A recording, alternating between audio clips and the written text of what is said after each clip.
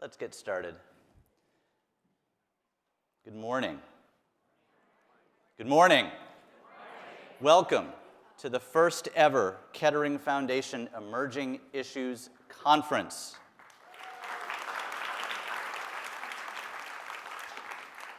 It doesn't say applause here. I'm Brad Rourke. I'm Director of External Affairs and DC Operations for the Charles F. Kettering Foundation. Many of you here know us, but there are scores who have signed up for our Zoom webcast, which I hope is running right now.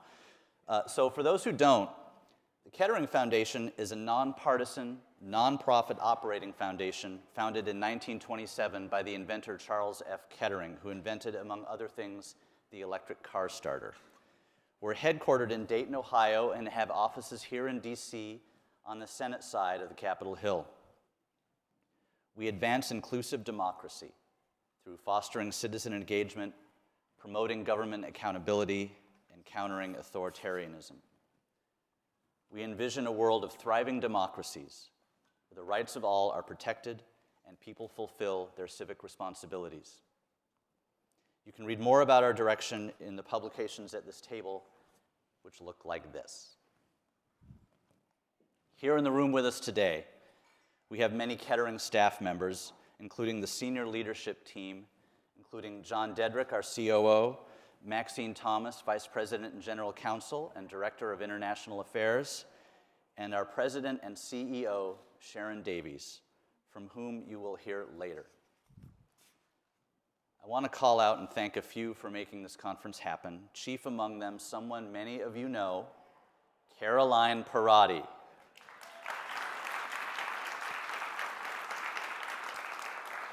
Her hand is upon everything you see here today. My colleagues Darla Minnick, Melinda Gilmore, Jamal Bell, Damian Connors, and from afar, Kate Schneider, Kenny McGuan, and Sarah Murphy have all made this something that truly is beyond our wildest expectations. So many, many thanks to them. Throughout this room also are a number of Kettering International Democracy Fellows, along with their program mentors. They're sprinkled artfully throughout the room. This group includes people from Kenya, Ghana, Argentina, New Zealand, and more. Wave, please. Well done. We have brochures here that describe them and their work. You can get them out front. And Kettering staff who lead that work, aside from Maxine Thomas, are Paloma Dallas, Phil Lurie, Ilana Marin, and Lisa Boone-Berry, all of whom are here. I'm going to try to make sure that this is a robust conversation. You'll note there's a microphone at each table. They're all on, they're all live, and the soundboard is going to take care of who's talking. But I want this to become a dialogue. So I've warned the camera operators that the conversation energy is likely to move in chaotic fashion around the room. They will try to keep up. You are all invited.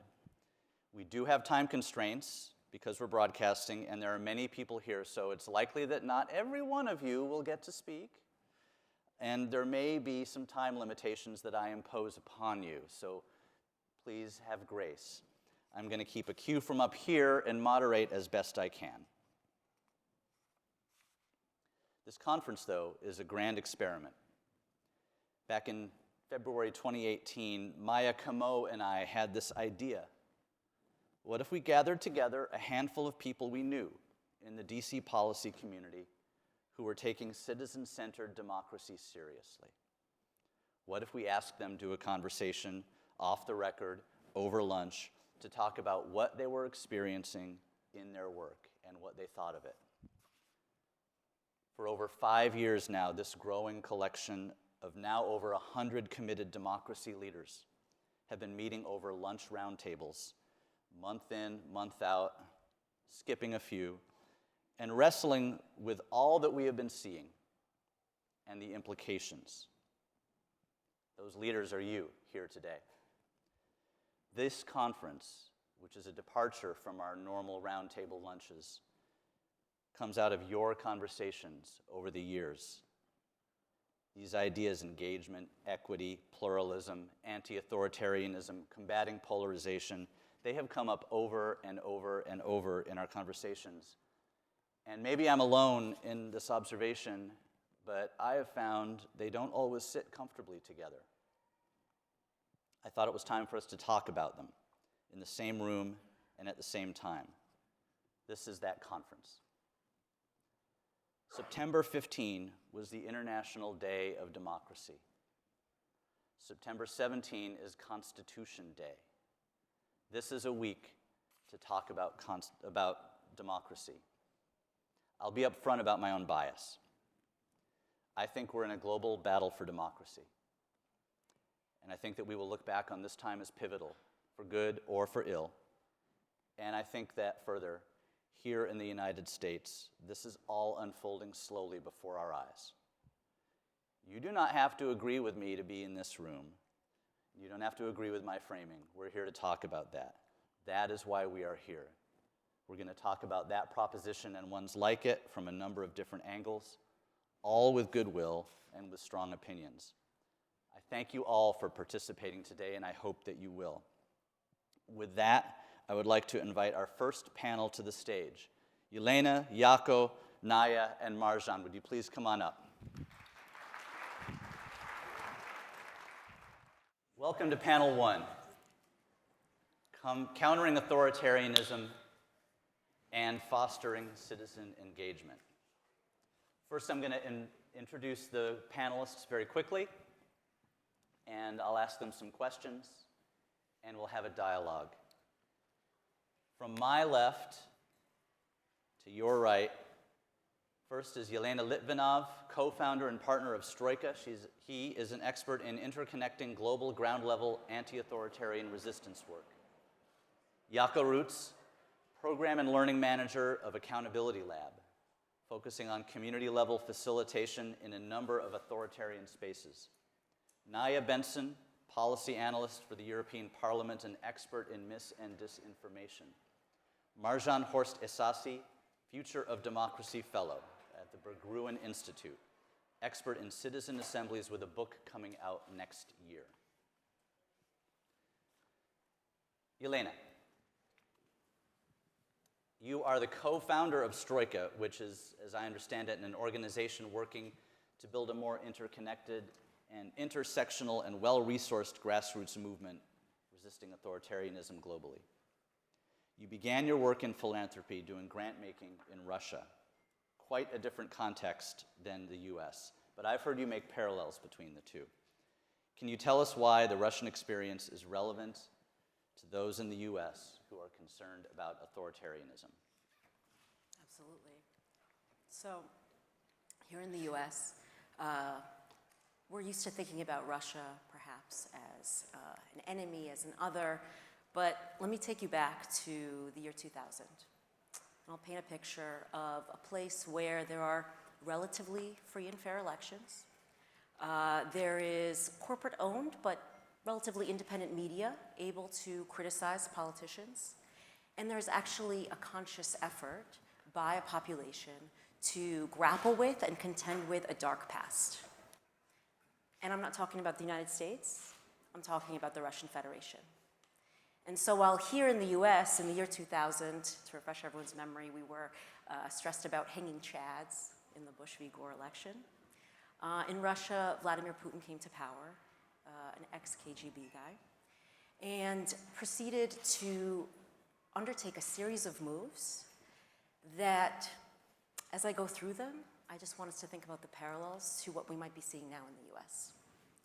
First, there was a dismantling of independent media.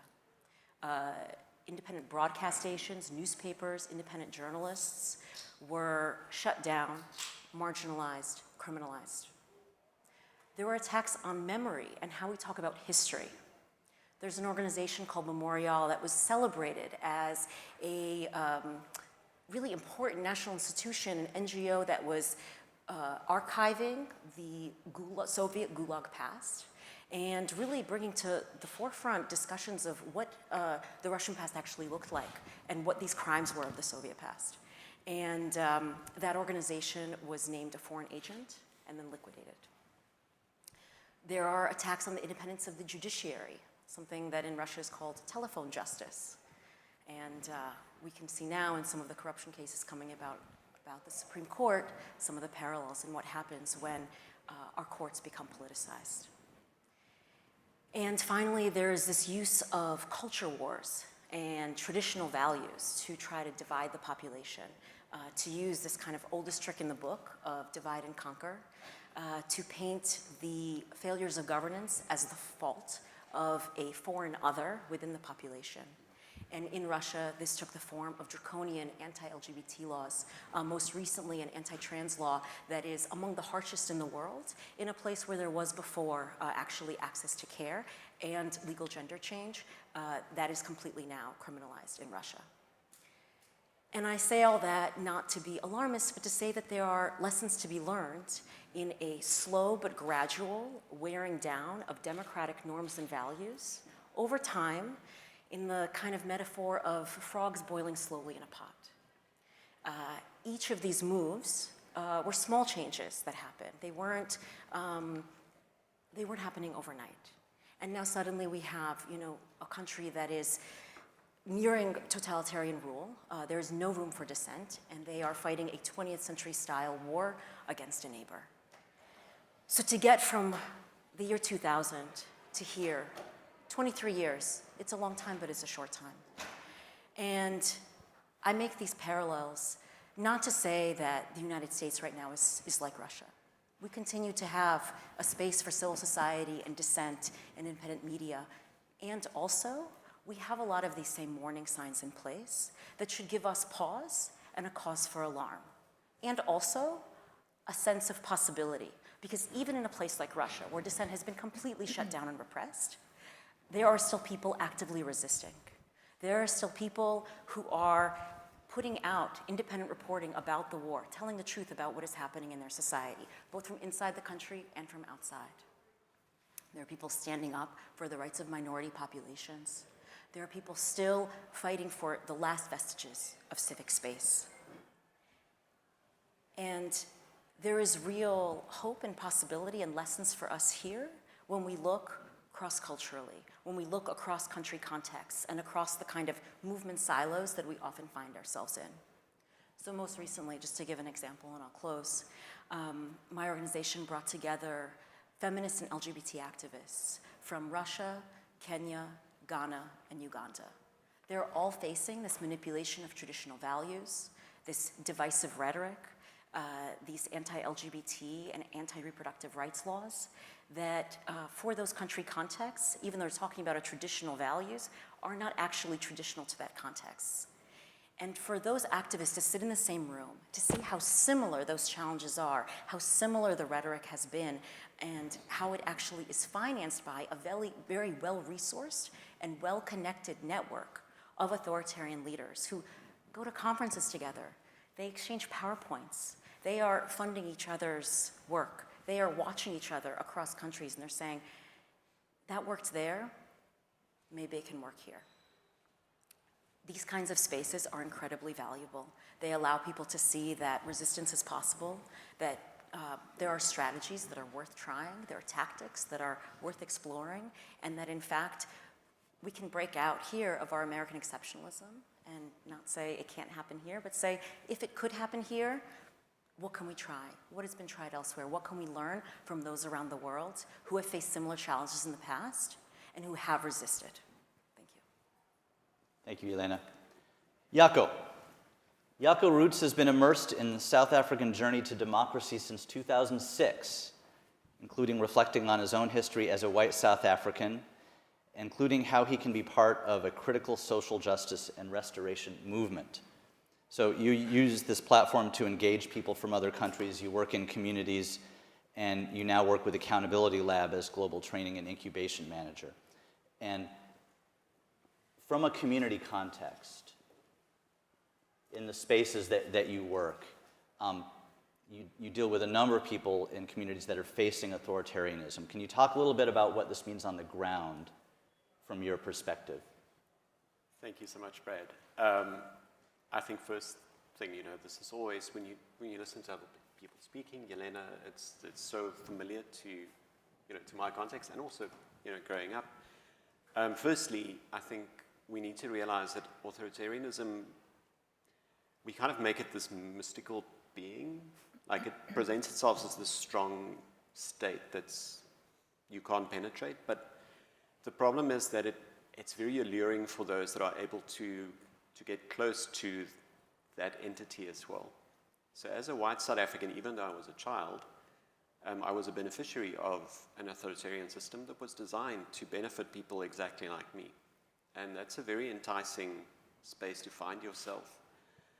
And I think then that slow creep, as it starts usurping more and more spaces of identity,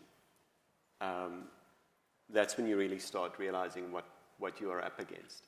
Because the state will other a group, and then it will need to find someone else to other, because that's how it keeps its power.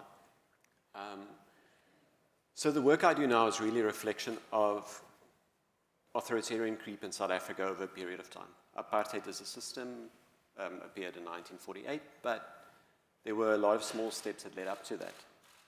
When apartheid finally came into being, it seems like a very benevolent system, but then it also slowly starts getting laws to restrict spaces. One of the most powerful things it does is that it stratifies the population according to access, because if someone has access, you have something to hold them to.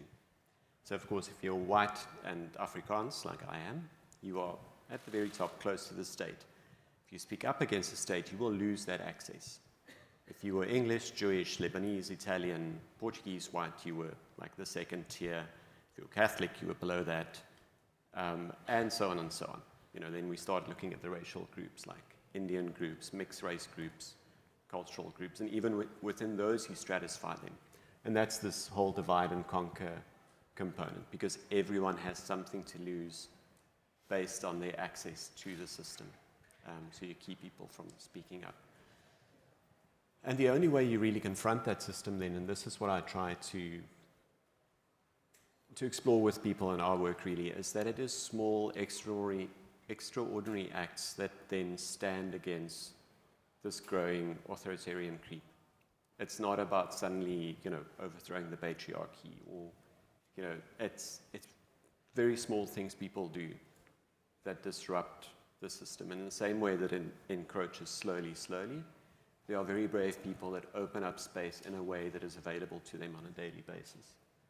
And I think that is something that often goes missing. The authoritarian state is made up of humans with agendas. And I think we need to find a way to take the mask off. It's almost like in The Wizard of Oz, when you realize it's just a normal person behind a mask. But we have to find a way to remind ourselves that these are just humans trying to do inhumane things. And in doing extraordinary brave things, we can remind each other of that. Both of you talked about authoritarian creep, 23 years. And I guess I have two questions, and then I want to open it up to people in the group. And I know what some of you might want to say, so I might call you out to ask you. Is it still creeping, or is it speeding up, A?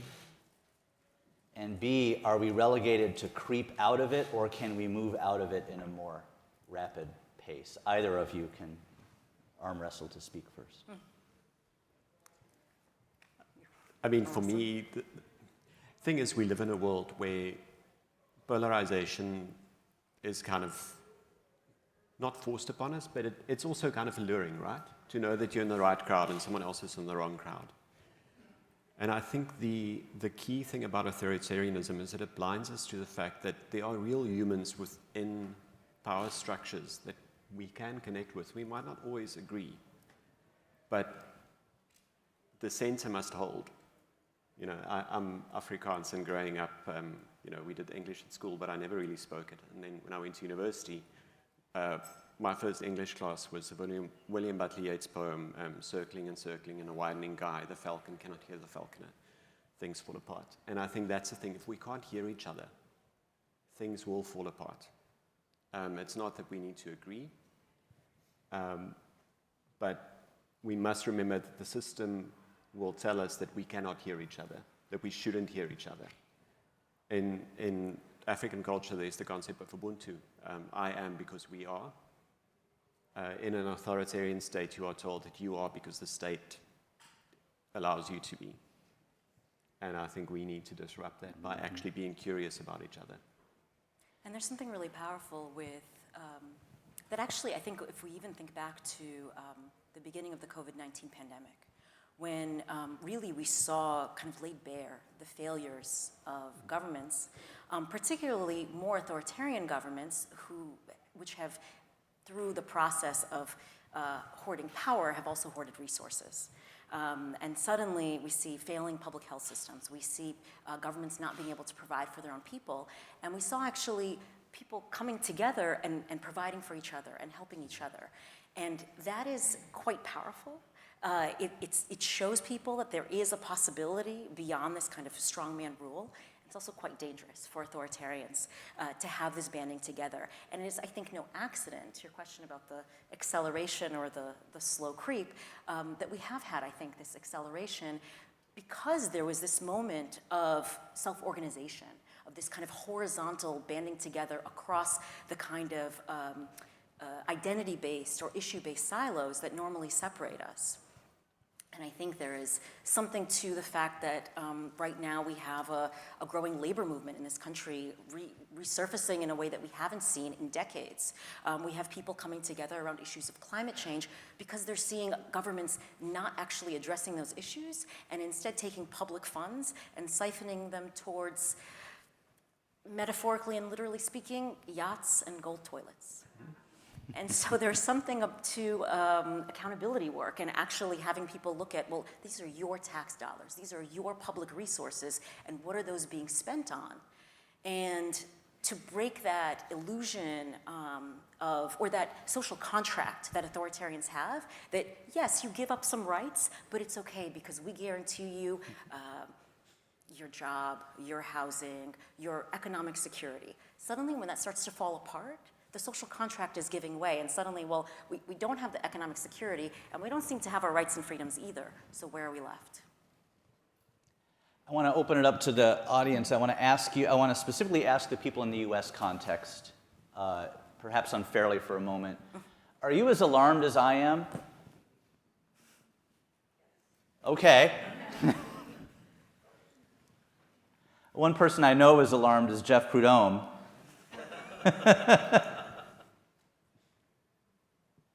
Why? Move this over here. I think it would be easier for us to see the danger that we're facing if it were in another country. So I think we have blinders on in failing to recognize that we just had an attempted coup in this country, and we don't even speak honestly about it. And just the thought that you can have an attempted coup and delay accountability for it is a way of weakening our commitment to democracy, and that sends a message. When in a social organization, elites give permission for the people who follow them, and so if you have a permission structure where even the people who didn't necessarily, Republicans, for example, who were critical of what happened on January 6th right afterwards, they've walked back from that. So that is a kind of permission giving for the subversion of our political democracy.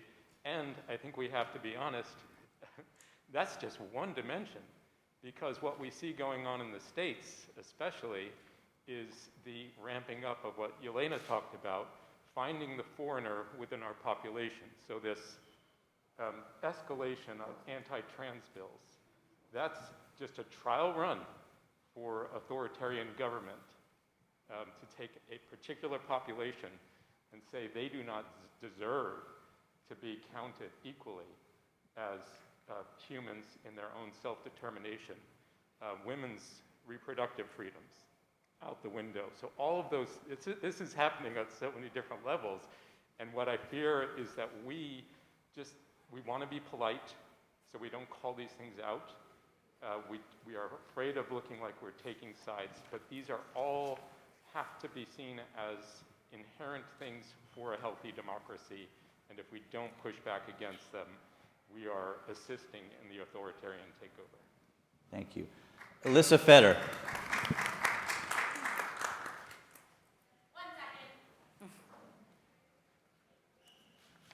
It was all supposed to be so seamless.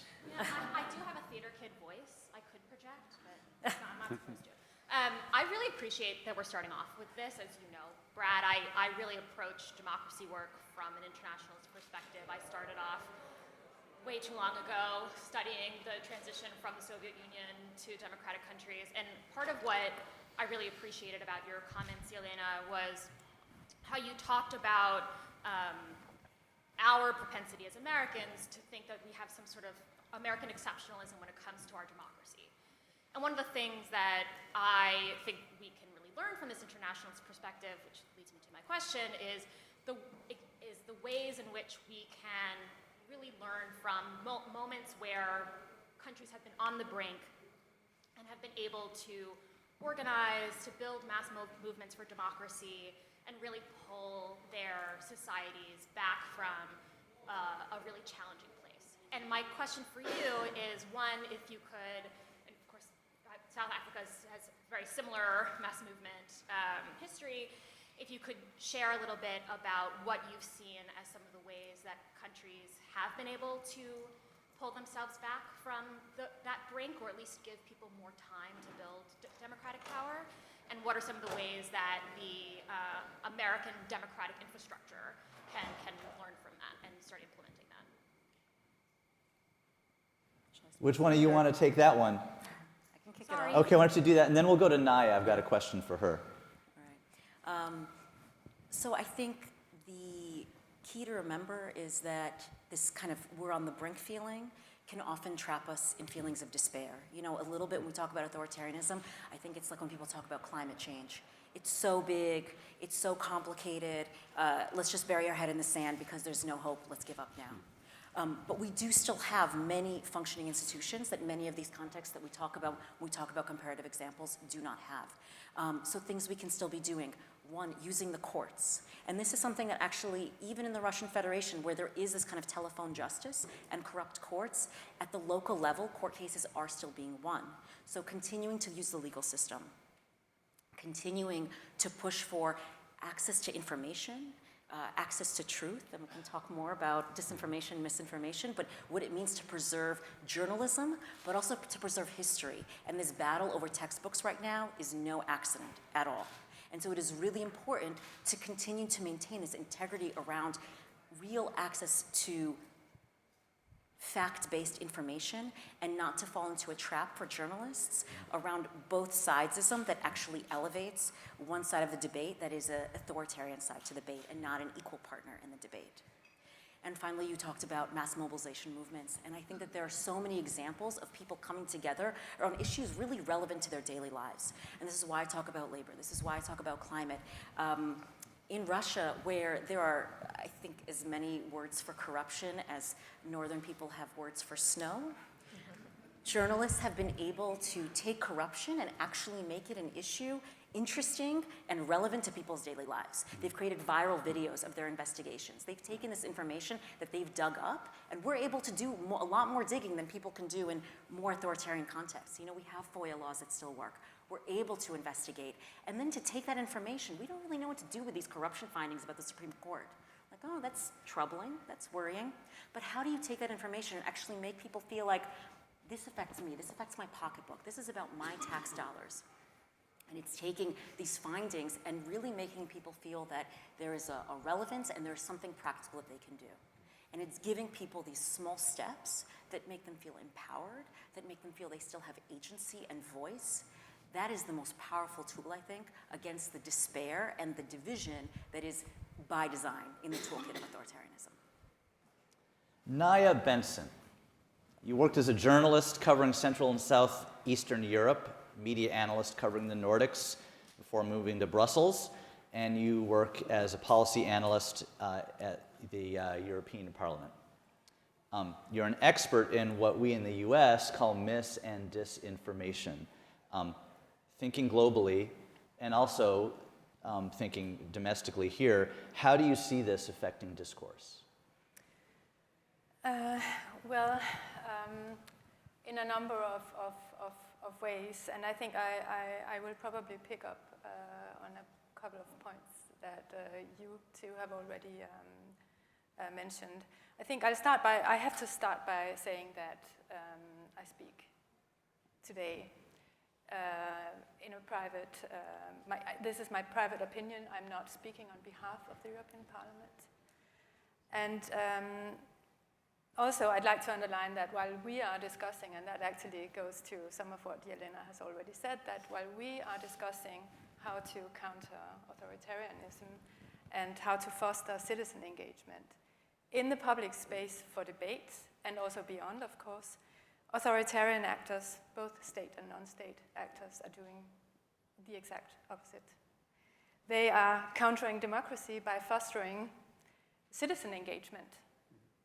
They're mobilizing people by using deceptive emotional narratives, including about status, that you mentioned, Jaco, to increase tension and to widen already existing rifts and to pit people against each other, groups against each other. And that's part of a geostrategic game where democratic freedoms, our open information sphere, are being weaponized to undermine democracy. So using democratic strengths as weaknesses.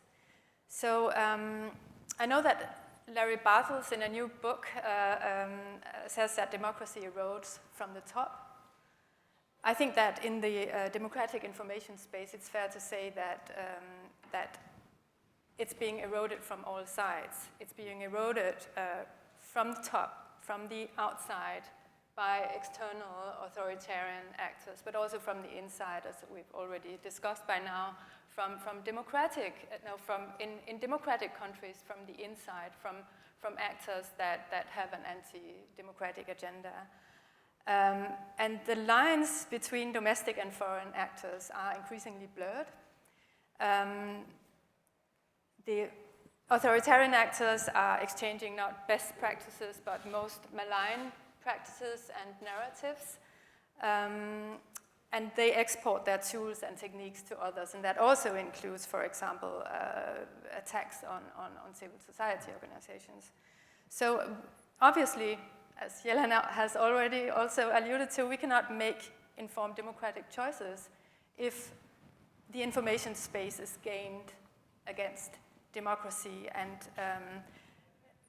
we need to be able to access and find reliable knowledge and facts, and also news, of course, including about potential future wedge issues. And that includes history, for example, because that is being weaponized both in Russia and at home in democratic states. Then on top of this, there is increasing pressure on other parts of what you can call the knowledge supply chains. So you have increasing pressure on teachers, on libraries, public and school libraries. That I know that PEN America has documented a lot of that already, so I'd love to hear more about that.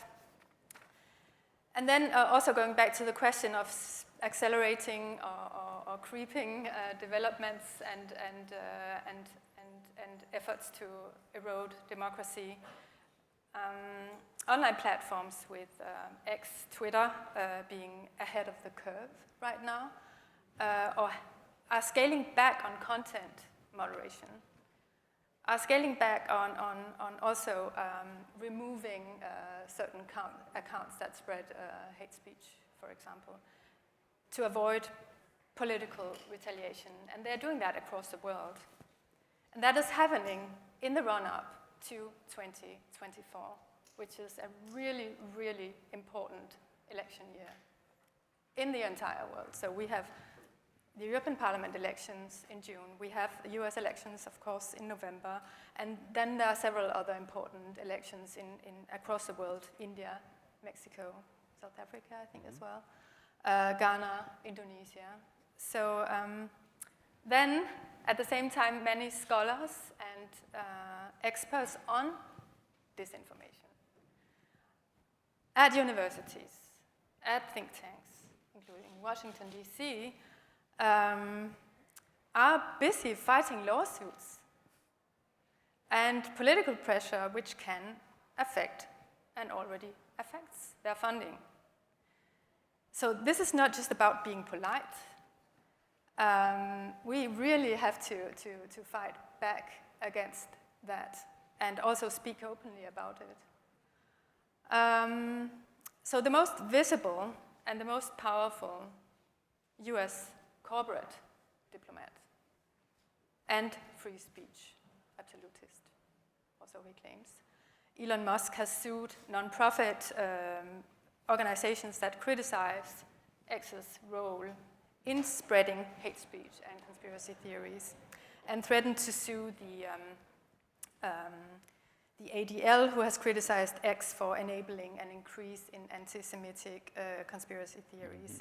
So I think that combination of political pressure, scaled back content moderation across the world ahead of a very, very important election year, and then hindered access on top of that to Twitter data for researchers. I think that could make it very, very difficult for us to follow what's going on, to document disinformation across the world in 24. And I think we can expect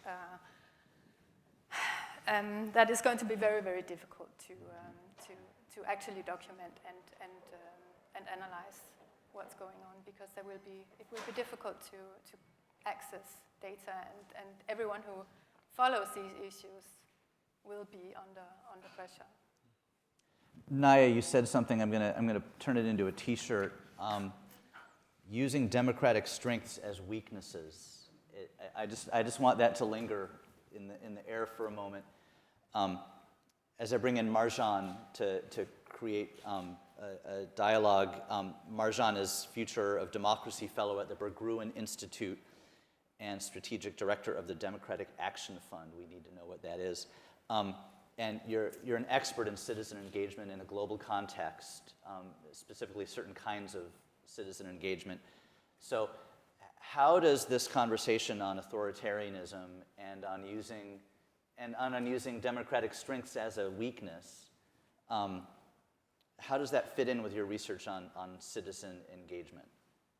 Thank you, Brad, and thank you to the Kettering Foundation. It's great to be here, and this is a very, very complicated conversation that we're having. So I've been thinking a little bit about how I can add a layer from my work, which is mostly on sort of giving citizens consequential voice, and bring that and tie that into this larger conversation that we're having. And I think maybe it would be interesting just to sort of step aside for a second and reflect on whether there are environments that are more susceptible to authoritarianism.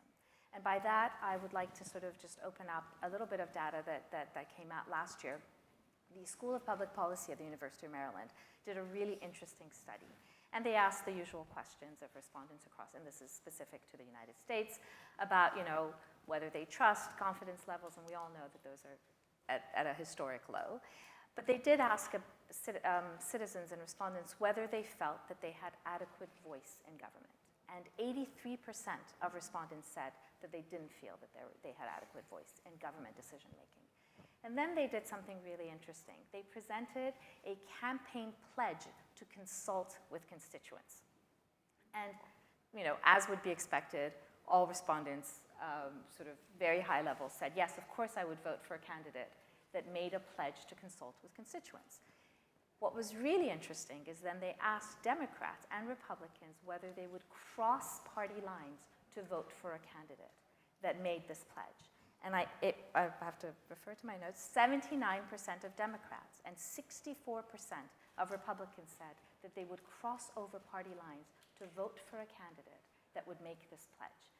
To me, this is incredibly revealing.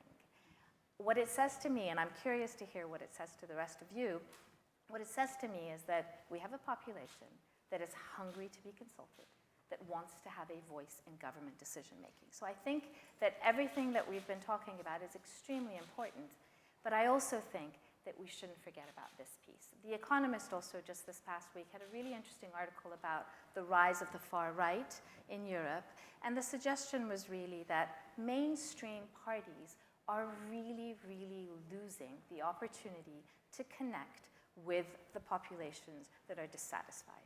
These things are really important, and so my work is really at the nexus of government and citizens, and how do we strengthen those relationships?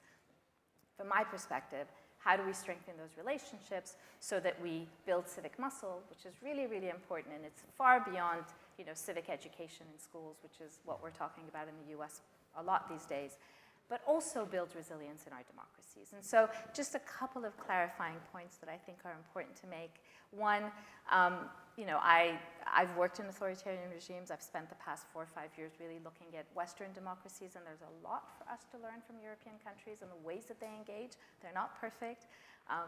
All of this is imperfect and needs to be sort of thought and reflected upon, but we do have a lot to learn. I'm not speaking about purely authoritarian regimes, obviously, when I talk about strengthening relationships with government. I also don't mean to suggest that it's citizens' fault in any way when I talk about ecosystems that are more susceptible to authoritarianism, but I do think that we should think about the ways in which authoritarian leaders co-opt these environments to then be able to satisfy their interests. Finally, and Brad, I'm sorry, I don't think that what we're talking about is intention at all. I think it is a false tension. I think it's really context specific. And so I think to Jeff's point about sort of removing our blinders and also kind of trying to confront this slippery slope of authoritarianism, the work that I do is really about, especially in the US, because as I said, I've spent a lot of time in Europe in the past 3.5 years, and they're far ahead of us in some areas, and specifically citizen engagement. What I'm trying to do right now in the US to create some kind of a narrative change, to be honest, because we still have a lot to do on that level, and then hopefully some more systems change, really touches on 3 really important areas. The first is, we can't just define our democracy based on elections. I mean, yes, electoral reform is very important. Gerrymandering, all my colleagues who work on these really, really important areas, these are really important. But we need to, as a community, also talk about democracy beyond elections. We don't do that enough in the United States. I think the second point that's really important is this incongruence in policy. It is not sustainable for a democracy, and we've heard certain areas that have been brought up by others. We cannot have a system where citizens' preferences are not reflected in policy. These pieces are government's responsibility. And we need to make sure that we demand change. We demand relationships between government and citizens that brings this out more. And then finally, I think, accepting also that some of the traditional modes of citizen engagement are no longer really working. I mean, I cannot tell you the number of times that I speak with elected representatives in this country who say, but Marjan, we are reaching out to our constituents. We have sign-up sheets, anyone can come. No, not good enough anymore.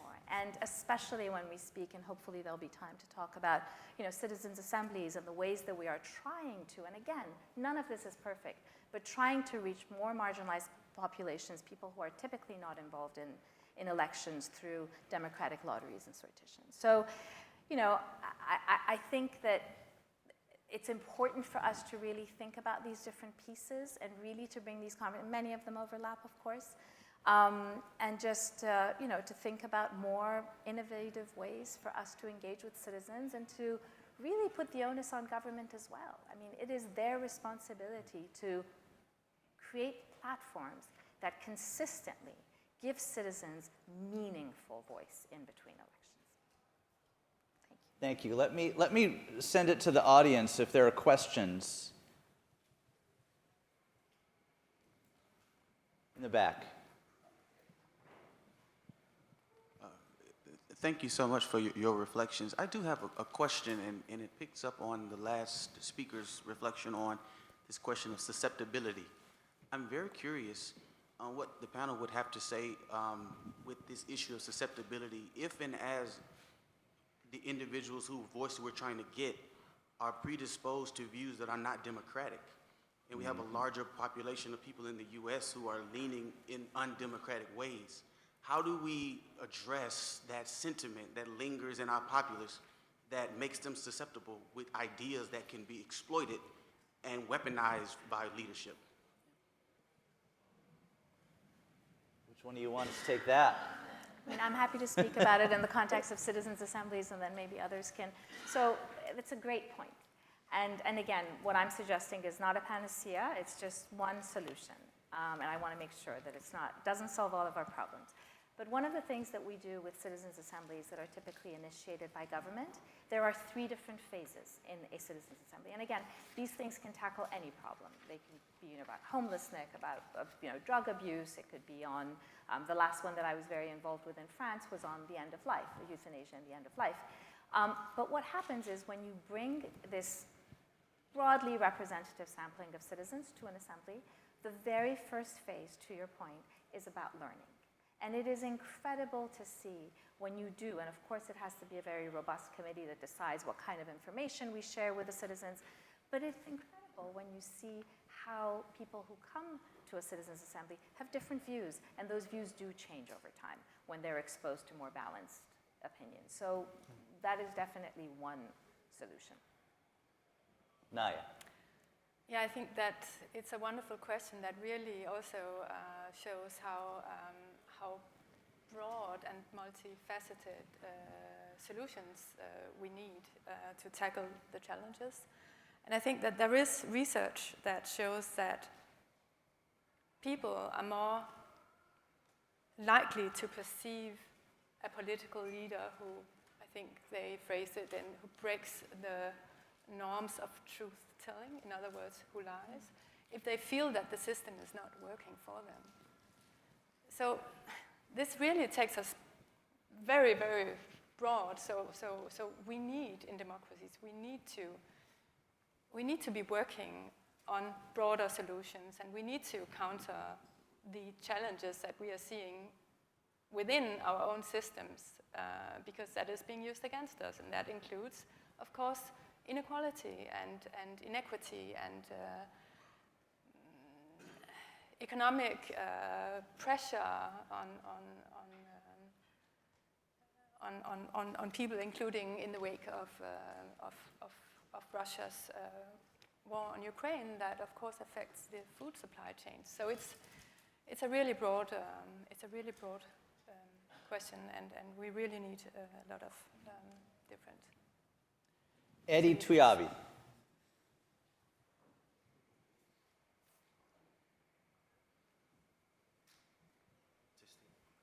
Thank you very much, Brad, for the opportunity, and thank you to our panelists. A very, very exciting, albeit complex conversation. For context, I come from New Zealand, and so this notion of authoritarianism, though it doesn't exist overtly, I was very, very interested in Brad's conversation around the creep. Can it be slowed? Can we exacerbate it? Can we eliminate it? And I guess the question that comes to my mind is, and I've written it down because of time constraints, how understated, in your view, or narrowly defined, is the role of fragmentation in fostering and exacerbating the creep of authoritarianism?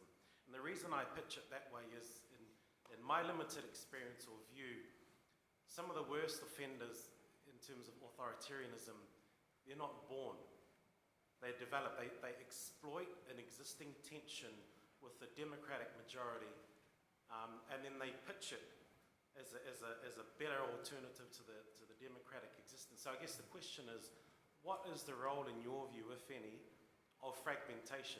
Because the creep doesn't just come upon you one day, you wake up, it's there. It starts somewhere. And if I were to pin my hat on something, it would probably be fragmentation. Panelists.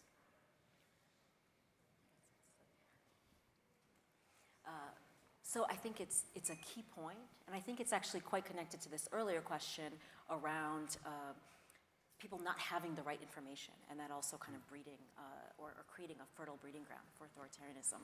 And we live in a very fragmented information space. That is, not news to anybody. That it's very easy to only get the kind of information that we want to be getting. And I think this exploitation of the divisions in a society are, again, the oldest trick in the book. It is, if you can pinpoint an other that does not have the political standing or the strength within society to be able to kind of counter that push or that marginalization, that wedge can be exploited in order to distract from a whole host of other issues. And it's really easy to divert political conversations, governance conversations, to blaming a minority, a particular group, a particular segment of society, an outsider, whether it's a group of the citizenry or it's non-citizens. And we see this, I don't need to laundry list the examples of how this was used, obviously here in the US, but I'm thinking about the way that Viktor Orban won the election in Hungary on an anti-immigrant, anti-migrant rhetoric, when in fact there were no migrants actually trying to come and stay in Hungary. But it would have been really useful if they were, because Hungary is experiencing this massive brain drain, and they don't actually have the labor force that they need at this moment, but migrants are only passing through, and he completely closed down civic space on this anti-migrant rhetoric. And so there is something really powerful about this tool of fragmentation. It is absolutely, I think, a key part of the toolbox. And to this point of citizens' assemblies and how do we actually give people the information they need, I think it's in seeing our shared humanity. You can't, it's very easy to demonize a migrant when you've literally never met one. You don't know who it is, you just see scary images on TV. But actually being in conversation, being in connection with your fellow human beings, and understanding that there are shared needs that we all have, there are shared desires that we all have, and in fact, there are shared things that we want from our governments that our governments are not providing to us. That, I believe, is the way that we overcome that fragmentation. Not easy. Heather. Heather Bayless, Election Reformer Network. Struggling to grab a microphone. Hang on. All part of the plan. Nicely done. Sorry. Thank So you. I've had this insight listening to all of you as you talk about authoritarianism and the potential implications for the ways that we're seeing even state and local-based policy change. And so I have a question about the recent ballot initiative run in Ohio called Issue 1, and it looked at the issue of making it harder for the citizenry to pass citizen-drafted ballot initiatives. And we tend to think about that as like a politics as usual kind of reform, but I'm just curious if, in the way you all have talked about authoritarianism, is that, would you consider that to be an example of a baby step toward authoritarianism, or is it just more, are we better off to think of something like that as just politics? Did that question make sense? Did any of you follow that at all? Kettering did.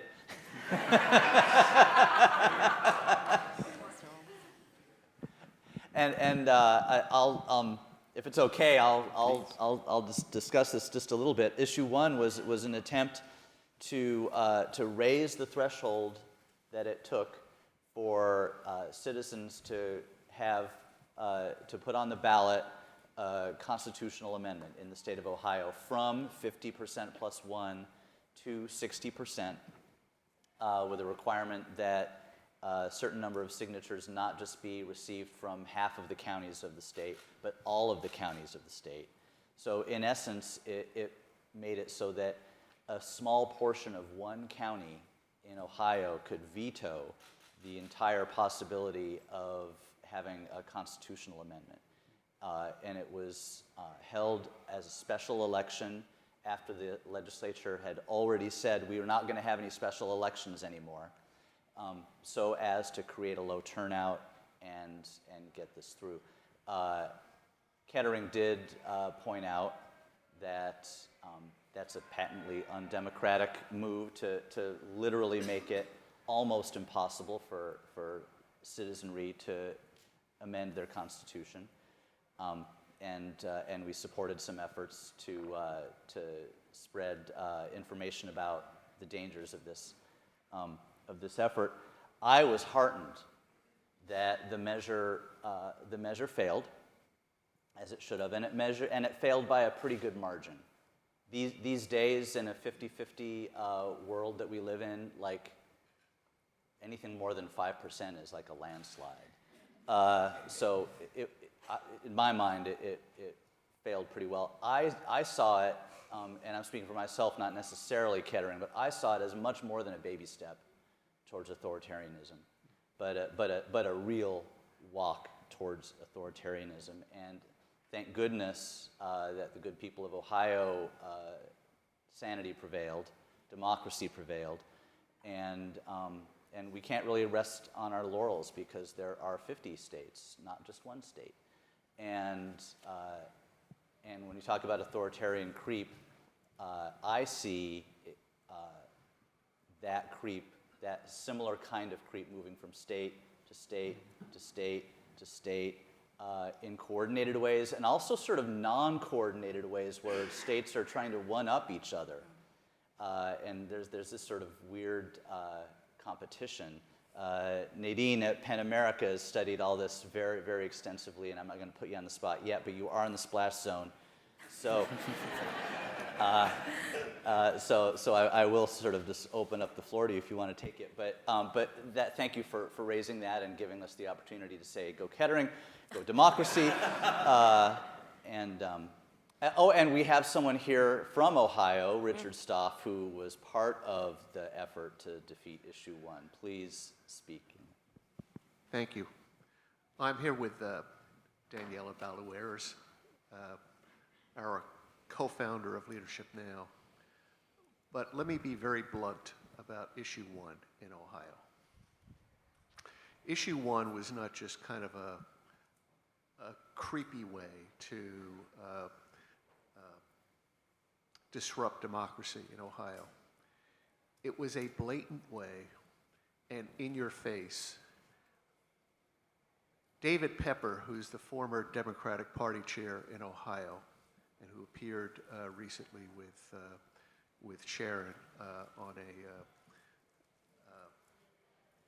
in a symposium in Columbus, wrote a book. And the title of the book really captures the essence of what is happening not only in Ohio, but in state legislatures all across the country. And the title of the book, brilliantly, is Laboratories of Autocracy. Laboratories of Autocracy. And, you know, today Ohio's a red state, you know, maybe 52-48, 53-47. But the Ohio Senate, as a consequence of gerrymandering, has a Senate Republican majority out of 33 members of 27 Republicans. That prompts the Ohio Senate leader to say, and he was quoted in saying this, and he's a good man. He's a good man. I know him. But he said, we can kind of do whatever we want. He actually said that. And that's not simply autocracy, that's arrogant, that's blatant arrogance. And so yes, they did put this up on the ballot, and in advance of the abortion rights amendment coming out about 5 weeks from now, 6 weeks from now. It was intended as in your face at the abortion rights amendment, because if they did their research pretty well, that if they were able to raise the threshold to 60.1% for constitutional amendment from 130 years in Ohio was 50%, it would quell the abortion rights amendment, because who gets 62% in a state constitutional amendment? I'll just simply close by saying tremendous coalition that came together. So wonderful that Sharon, you and the Kettering Foundation joined, but we got 50 prominent business leaders, including Sharon, to sign an open letter. By the way, the traditional business organizations were in favor of this for any number of reasons. I won't get into them, maybe later this afternoon. But 50 prominent business leaders, including Sharon, signed an open letter, said, we're not going to tolerate this. We're just not going to tolerate this, and we oppose issue 1. The Ohio Chamber of Commerce was in favor of issue 1 for any number of reasons. So that was a blatant attempt, and we prevailed, 57 to 43. 57 to 43 at the end of the day. We didn't get the 60%, but it was a resounding victory and an amazing coalition that came together. Thanks, Richard. In the back, and then we're going to talk about some hope. I want to turn over with the Interactivity Foundation. A question to the panelists. What kind of conversations do you think citizens should be having? What kind of topics they really should be delving in light of creeping authoritarianism or decline in their democracy? Thank you. Jaco, are you giving me the look like I want this one? I mean, this is, well, I would say real conversations. You know, we often try to sanitize. We spoke earlier about history and how we kind of sanitize history so we can all, you know, feel comfortable with it or ignore the injustices of the past or, you know, protect current injustices. But I think it's when we have real difficult conversations at a hyper-local level that things start happening. In many countries, you know, we are asking people to go into the streets and, you know, take off their hijabs and be arrested. And, like, we're creating this impression that to change the system, you need to really put yourself at extreme risk. And there are people that are brave enough that do put themselves at risk.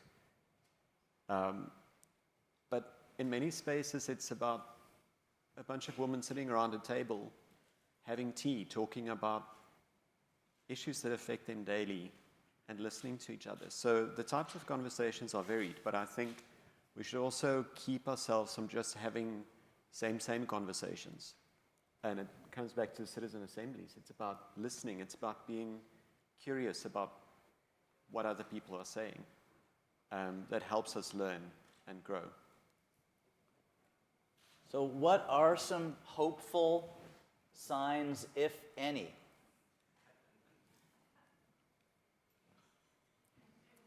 As the bringer always of doom and gloom, I can start. Nowhere to go but up. Because I love this title of Laboratories of Autocracy, and I think that is very much the case, right? People are trying things out, experimenting and learning from each other, but there's something similar happening where we have laboratories of resistance. And I mean, I think there are actually tons of places for hope.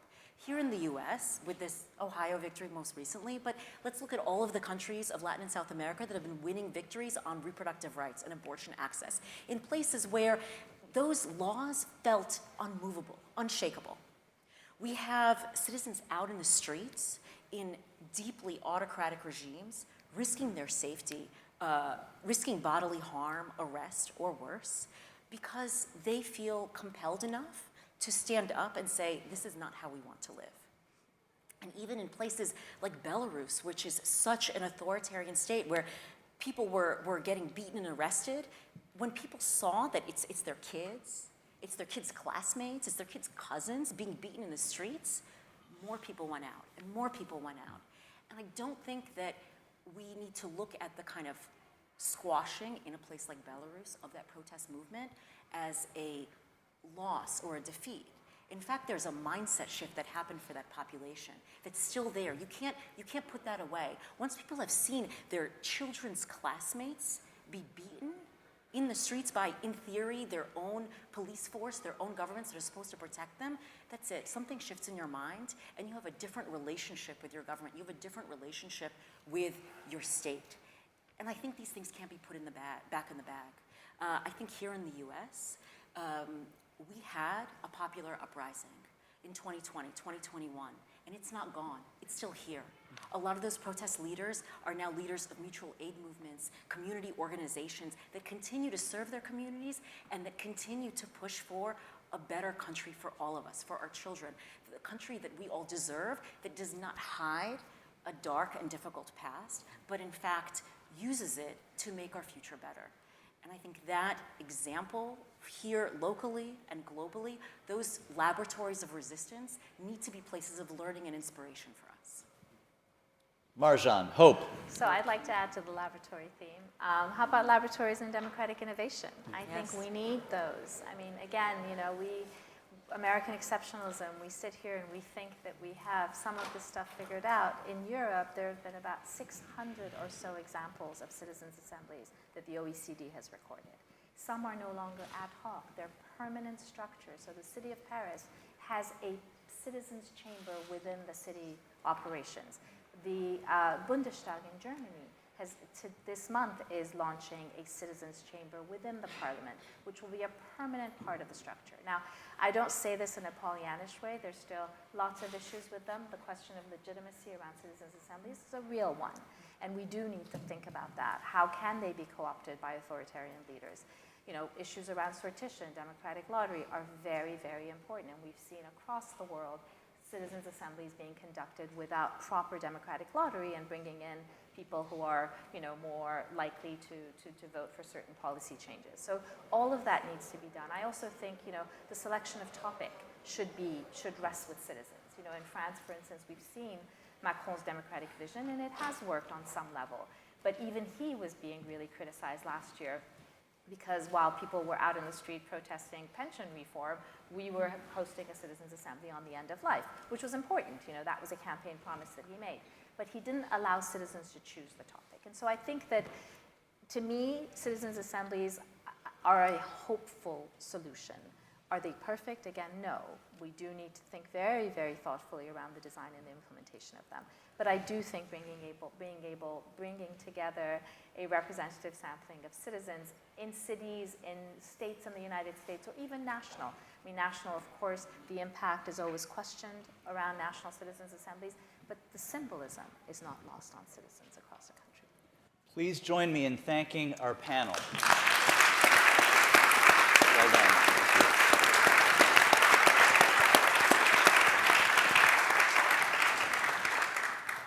That was fantastic conversation. Thank you. We're just going to talk a little bit for a few moments before we break for lunch and have our second panel as we eat. Justin Guest is professor at George Mason University's Schar School of Policy and Government. He's the author of 6 books on the politics of immigration and demographic change, including his newest, Majority Minority. He advises many, many government, nonprofit, private sector organizations and writes regular commentary for a variety of news outlets. He brought a report, What Promotes Pluralism in America's Diversifying Democracy, which I commend to you. Justin, how do you define the pluralism, and why is it strained right now? Or is it? Thanks so much, Brad. It's a pleasure to be with everyone today. Thank you to the Kettering Foundation for welcoming this short chat about this report. The report, by the way, was commissioned by the New Pluralists, which is a consortium of funders who are concerned about the state of pluralism. But what is pluralism? It's a good question, and how's it going right now? So pluralism is really about the recognition and the validation of difference. Different perspectives, different people, different backgrounds, on the way towards cooperation and flourishing. And I wouldn't think of pluralism, when we think of how's it going, as an achievable state or something that can be static. I would think of it as an approach. I would think of it more as this dynamism in society that is ever evolving and changing with changing in dynamics and changing backgrounds in a different society. But how's it going? Not great. In light of 2 really major factors here in the United States. Different countries will have their own different statuses of pluralism, but in the United States, things are very strained right now, and that's because our political identities have merged with our personal identities, our ethnic, our racial, our religious identities, to create these mega identities that now structure our society, and it's a paradigm, a lens through which we see everything, every issue, every disagreement, creating this sort of tribes that you hear all about. And what's pressurizing this, this trend in that direction are really two major factors. One is demographic change. We are well on our way to a majority-minority country. And what's problematic about demographic change is the way it makes a lot of people feel uncertain, anxious, and insecure about the future, but also the way that idea of being a majority-minority country forces us into this simplistic binary of white and non-white people, when the United States is just so much more infinitely complicated in a way that blurs those boundaries so much and so frequently. The second factor that's really driving this, I think, Brad, is the polarization in the country. The fact that people are increasingly viewing each and every topic from these political lenses, and it's making things difficult to create self-governing institutions any longer. We had some agreed questions. I'm going to add one. So this isn't on the list. Polarization. You don't scare me, Brad. Yeah, oh, I should. Polarization. Symptom or cause?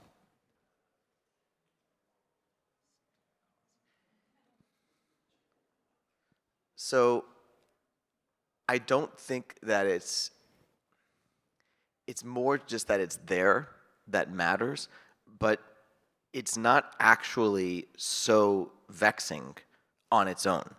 You know, to have political sides that disagree vehemently is one thing. The problem, I think, is that polarization has infected so many other things that used to be civic, that used to be non-political, that used to be consensus-driven in some cases.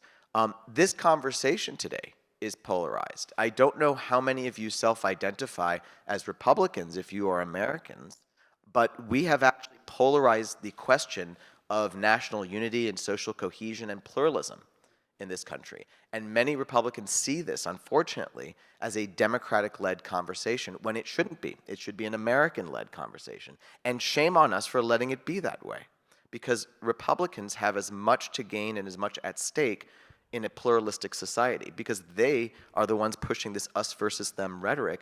They feel threatened too. And so I think that recognizing the vulnerability of these different sides is what's so critical.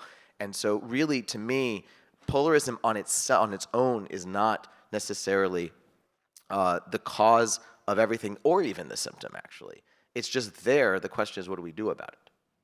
So given what you just described, are there ways to promote pluralism, and can they work in the face of all these factors, and especially thinking about the panel that we just had, which would cause one to think that pluralism is a highly fragile and vulnerable state?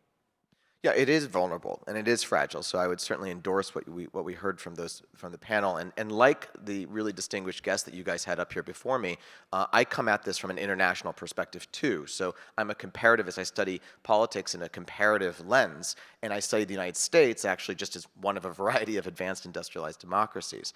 But there are ways, there are active things going on and interventions to try to address the situation. So this report, which everyone has a free copy of outside, and if you didn't get to nab one before everyone else got one, we also have PDFs for people like me who are shamelessly millennial and paperless.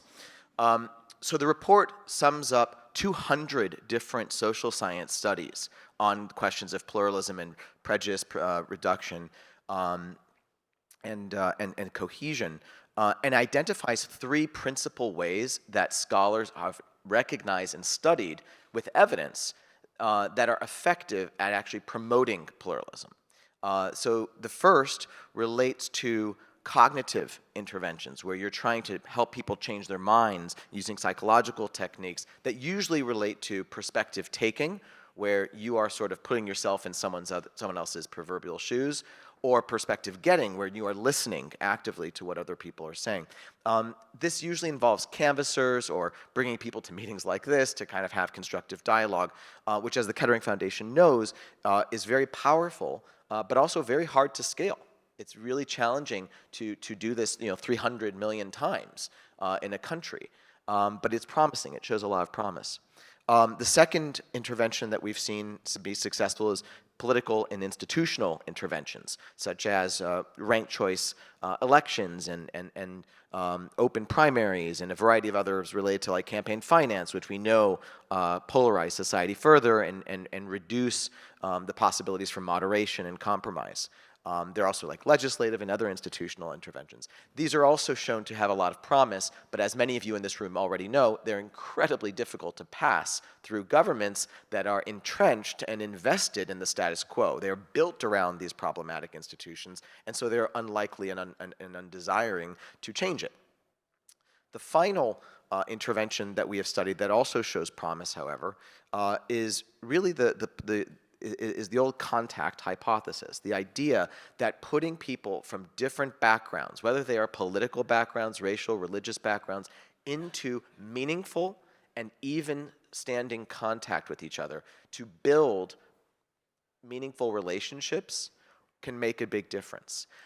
And here, the knock on that one is that the results so far are showing marginal effects. And everything in social science is a marginal effect. But if you can multiply marginal effects going forward by hundreds of millions of times, it can be a really large wave. And so actually, it is incredibly scalable and something that can be transferred from across lots of institutions. And so actually, I think that intergroup contact shows an enormous amount of promise when we are frustrated by the pace of institutional change and the resource intensity of cognitive interventions. The little yellow light's going, so I'm going to ask you a question unfairly because it might take you longer to answer, but answer it anyway. Okay. What do we do with the findings that say efforts to depolarize, efforts to create greater, dare I say, civility, to the extent that they're effective, do not result at the same time in any increase in democratic leanings or democratic allegiance? What do we do with that?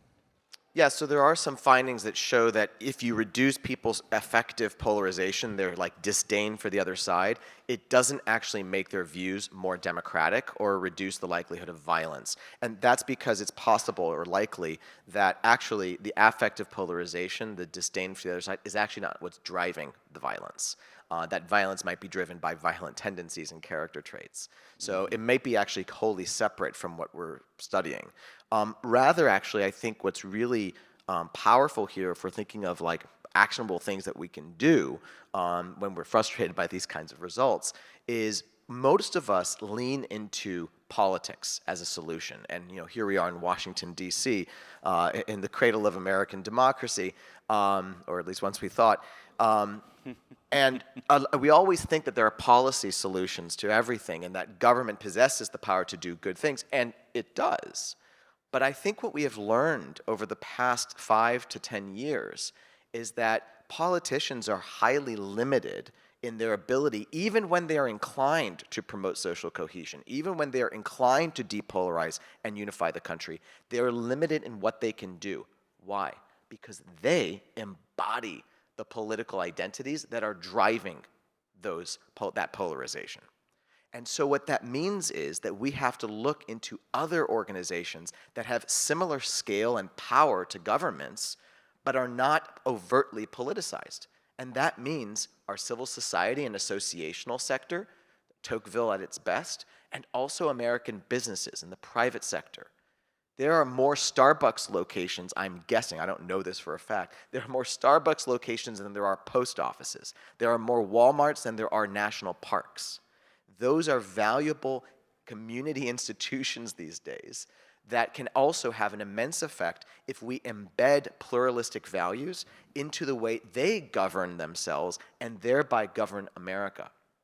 And one thing, if I could add, there's a question at the very end of the last panel about how do we facilitate these political conversations and dialogues between people. And I want to push back a little bit. Because politics is the source of our polarization in the United States right now, it's really the last thing you want people to talk about. until they have first built some kind of meaningful relationships with each other. That is only when psychology research shows that people actually start to open their ears, right? And start to forgive disagreements or look past them in order to find common ground. And so actually, my suggestion would be try not to talk about politics at all if you're trying to cultivate pluralism. You will then get to the pluralism that way. And so what we really want to do is to leverage the cultural power and the bonding power of things like sports. I mean, America's obsessed with sports like no other country on earth. We had 2 football games on last night on a Monday night. It's because one wasn't sufficient. We are obsessed with film, cuisine, literature, music. This is the way to reach people, and only then, once we bond over those things, can we actually have those tough political conversations, I think. Justin, thanks for playing along and letting us grill you a little bit. Of course. And thank you for speaking, knowing that afterwards we have a panel that will relate directly to your report in ways that will become apparent, where we can dismantle everything that you've said. So thank you very much. Thank you. Well done.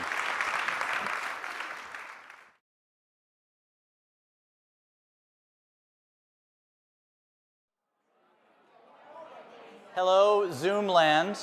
I'm glad you're back. I don't mean to interrupt your lunch. Actually, I do mean to interrupt your lunch. This was all part of the plan, that we would talk while you eat. So, without further ado, I would like to invite to the stage panel number 2. Kristen, Ted, Ruby, and David.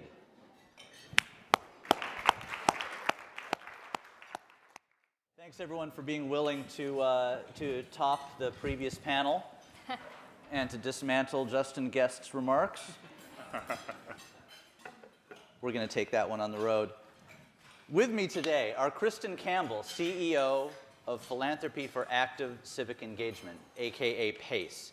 She's an expert in this space from the funder's perspective. Ted Johnson, senior advisor at New America and a columnist for the Washington Post, who's a prolific writer, truly, who studies the interactions between race, democracy, and American identity. Ruby Kwanson Davis. Yes, thank you. Senior advisor at Peace Direct, a longtime crucial figure in community peace building around the world. And David Barker, director of the Center for Congressional and Presidential Studies at American University, an expert in understanding American political division. The casual observer might be excused from believing that this was going to be a panel about all the ways that pluralism will save America. Our effort is not to do that, but to actually explore the tensions and divisions between some of the key ways of addressing what ails America that we hear in rooms like this all the time. And so this panel is named Advancing Inclusive Democracy and Pluralism. That little X in the program is designed to problematize the relationship or ambiguitize the relationship. Let it be known I've just made up a word. That's a good one. And that's why it's yellow in the program. That was Melinda Gilmore's choice. Thank you for that, Melinda. But earlier today we talked about de Tocqueville. Someone did. And you know, the United States has a long and wonderful relationship with this notion of a Tocquevillian democracy, where people and places are engaging with one another and solving the critical problems that they see, which is democracy. We also have an equally long and strong past of exactly those sorts of interactions in places all around the United States and pre-United States that have resulted in terrible outcomes for all sorts of marginalized people and people who are not seen as part of the core polity. These are two truths that we have to live with. And so when we talk about civic engagement as the answer to what ails American democracy, we also need to talk about the ways in which it has not, and where that takes us and what it means. So without trying to be too much of a downer, I want to get right into the questions. Kristen Campbell, CEO of PACE, you're a philanthropic laboratory for funders, others are in the room, to maximize impact on democracy and civic life. Served on the National Conference on Citizenship as its chief program officer, an AmeriCorps alumna, serve on the board of the United Philanthropy Forum and all sorts of advisory national groups, including the Philanthropy Initiative at the Smithsonian Institution. So you, Kristen, and PACE are often part of conversations that center on what has come to be known as bridging and pluralism on the one hand, and furthering equity and justice on the other hand. You've written about skepticism that the one seems to have toward the other. Could you unpack that for us a little bit? Yeah, absolutely. Thanks, Brad. So to borrow your phrase, a casual observer could be forgiven if you might be like, how is it possible that the ideas of inclusion and pluralism are in tension at all? Aren't they the same thing in some ways? Aren't they striving for some of the same purpose? You might have even been surprised to see that on the agenda. And as Justin, I'm actually not going to dismantle Justin. That's a task for another day, maybe. But as Justin articulated for us, this conversation has become polarized in a number of ways. Whether or not that is a kind of academic or elite polarization versus how many Americans might think about these concepts is probably a different question. But I think the way that we often see it come up is they're not necessarily in tension in spirit.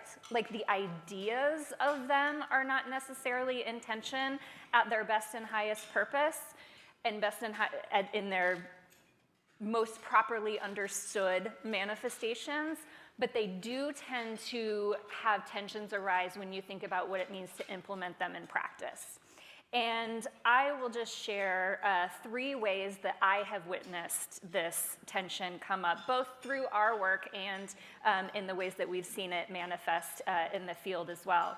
The 3 ways that I would categorize them, one is what, the second is who and how, and the third is why tension.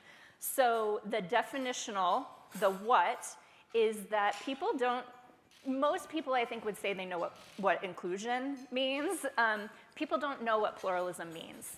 We have done some research and some polling through a project very artfully called the Civic Language Perceptions Project, which shows that a full 75% of people either don't know what pluralism means or don't really feel anything about the idea of pluralism. So even if they think they know what it means, they're kind of like, I don't know if it's good, I don't know if it's bad, I don't really have a feeling on it. I'm maybe not familiar enough to have a feeling about it.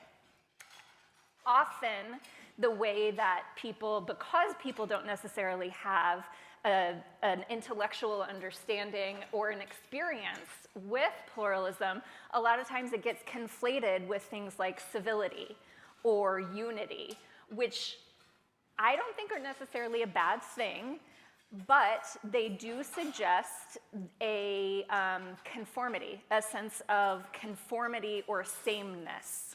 And actually, pluralism, I believe, as properly understood, is about embracing difference in ways that make it safe and productive, in ways that we're not weaponizing the differences that we might have against each other.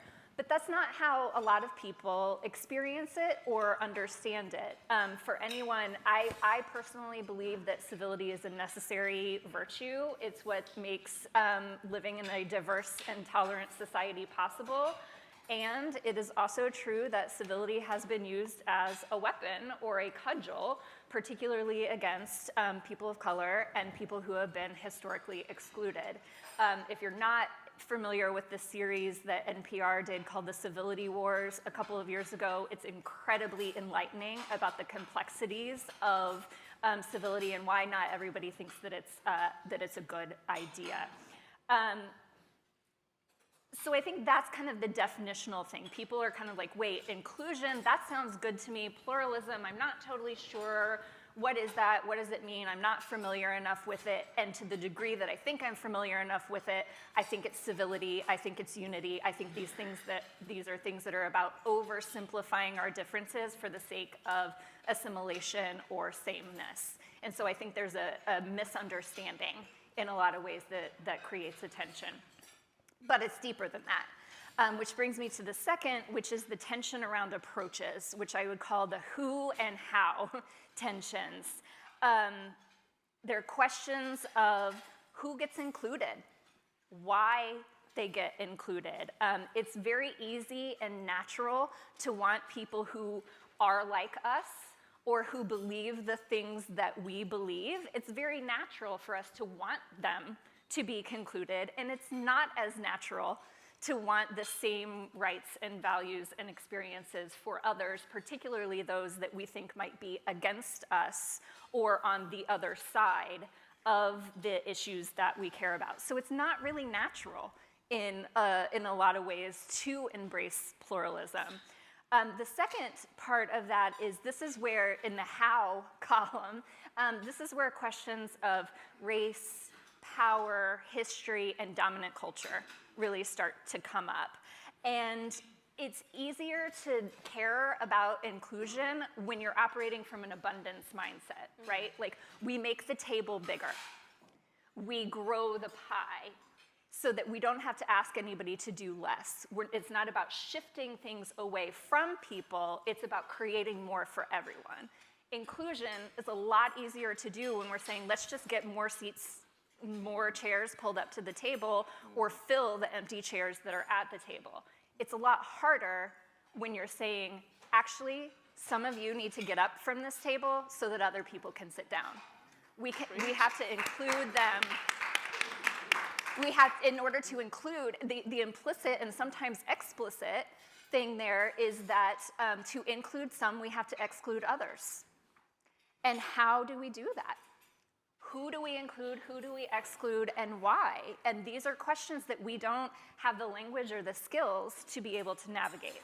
So those are kind of the two approach tensions. And then the third one, and this is, I think, actually the largest one, is the why. So what's the purpose of inclusion? What's the purpose of pluralism?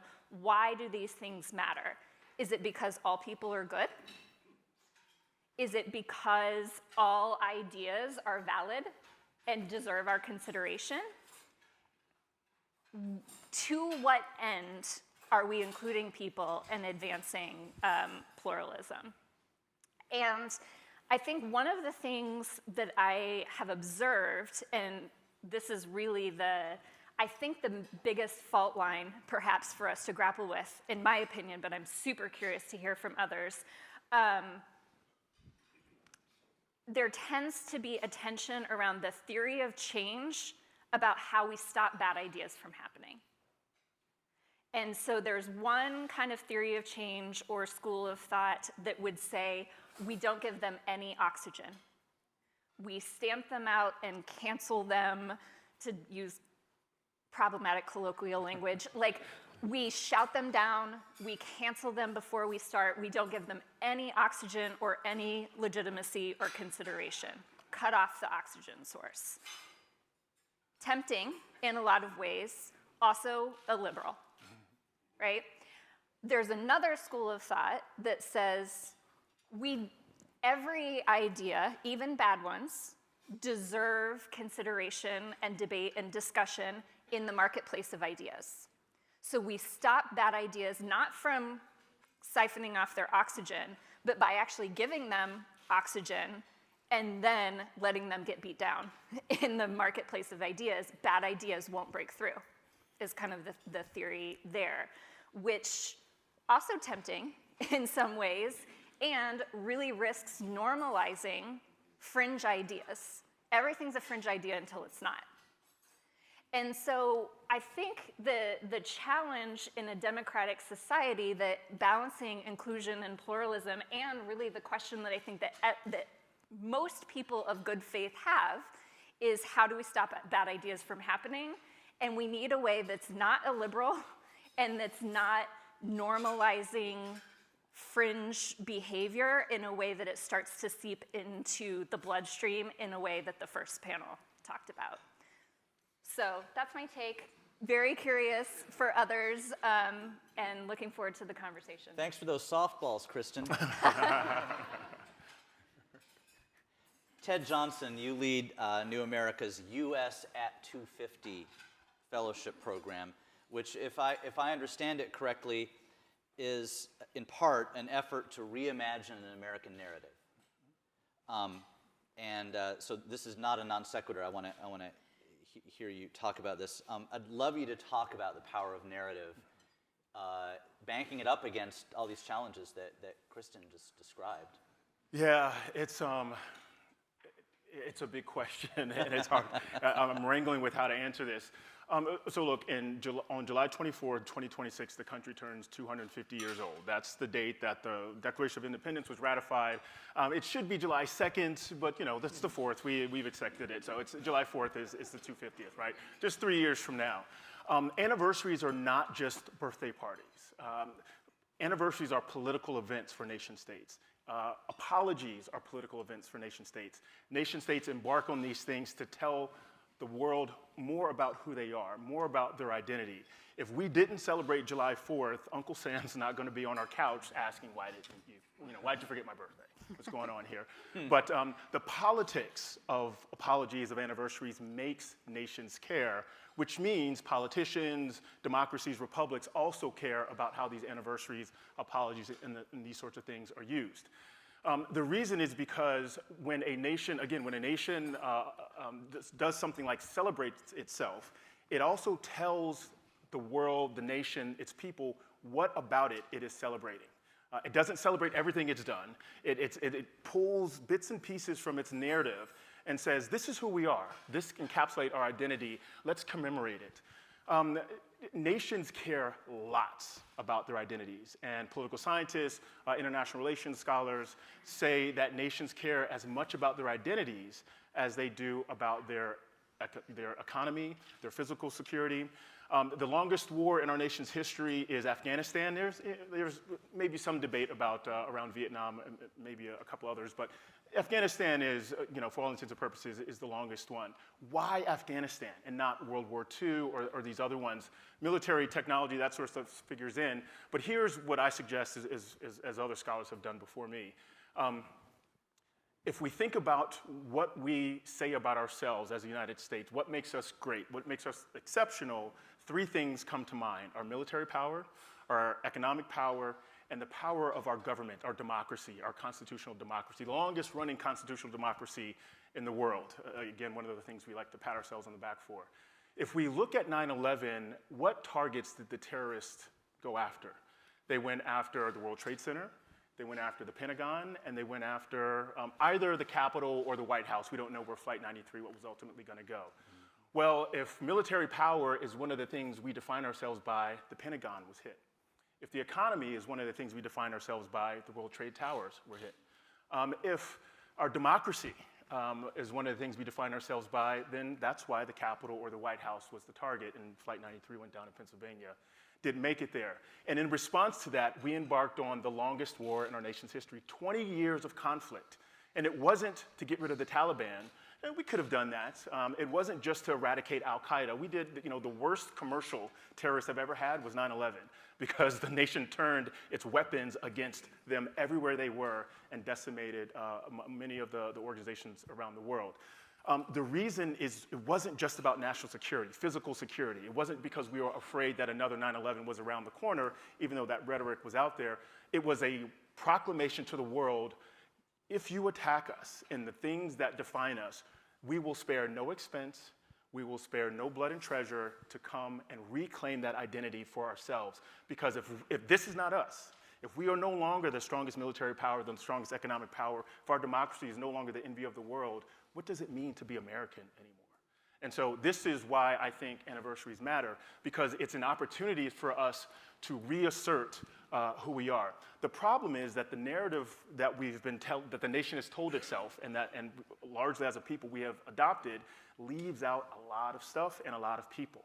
And so what we hope to do at New America, partnering with many other organizations, is claw back some of the nation's actual history, claw back some of the roles that people played in our nation's founding, in our nation's progress that have been removed from the narrative, and instead make a more comprehensive, inclusive narrative that doesn't undermine what's been built, but builds on top of it and tells a fuller, more complete story of our country.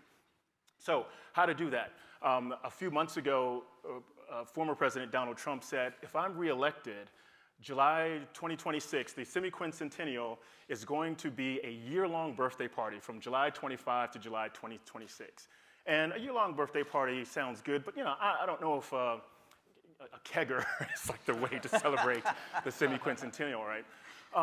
We have folks on the right that will say, this is really a moment to just appreciate who we are, who we've become. We are an exceptional nation. We have overcome some of the life's biggest challenges, nation's biggest challenges. So let's just commemorate. Let's celebrate who we are and who we've become. It's a kind of uncritical patriotism. It says not only should we celebrate, we shouldn't really spend a whole lot of time on talking about the things we got wrong. Let's focus on the things we got right.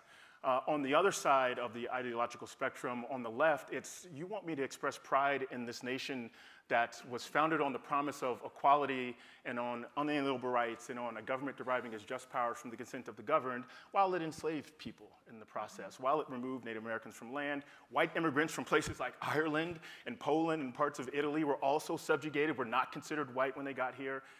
Women couldn't vote until just 100 years ago, and this is democracy. This is American democracy. And you want me to say that? And you want me to say, preserve that, preserve my exclusion? No thanks. Maybe injustice and inequality is the thing we should be focusing on, so that at year 260, 300, now there's reasons for more of us to express pride. What we are saying at New America's Us at 250 is you don't have to choose. Black folks fought in the Revolutionary War, War of 1812, Civil War, wars in Mexico, Spanish, we fought in all the wars and returned to a society that excluded us. That is how you do pride and reckoning. You contribute to the project you're trying to improve. You don't remove yourself from it. To demand reckoning of something suggests that you believe the thing has a capacity to change.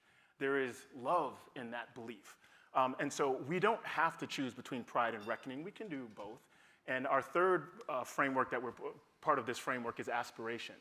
When we talk to folks on the right, they love pride and aspiration. Reckoning, that's going to turn folks on my side off. How about accountability? How about oversight? No, there's no emotion in those words. Those are clinical undertakings. On the left, they love reckoning and aspiration. Pride, what am I expressing pride in? Exactly what I'm supposed to be proud of. To them, I say, I'm a black man in 2023, better than me in black in 1823. I'm celebrating that. That wasn't inevitable. That wasn't a foregone conclusion. People died, bled, sweat, worked, so that those 200 years of progress that we see in this room can be real. We haven't arrived. It's not a more perfect union. It's not the promised land. But it is better than it once was because the people that came before us insisted on it. And so we're bringing this, a more comprehensive, again, inclusive framework, pride, reckoning, and aspiration to the semi-quincentennial to counter the negative, destructive, divisive narratives that are out there, and hopefully replace it with something more inclusive, something more welcoming. And fortunately, there are lots of folks out there that see the world like we do. I think most of you are in this, many of you are in the room today.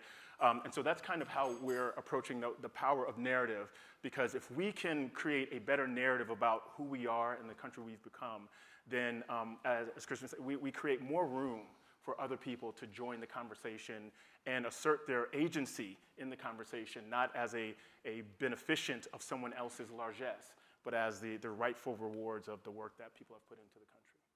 So can new narratives stop bad ideas? Is that a question for me? Yes.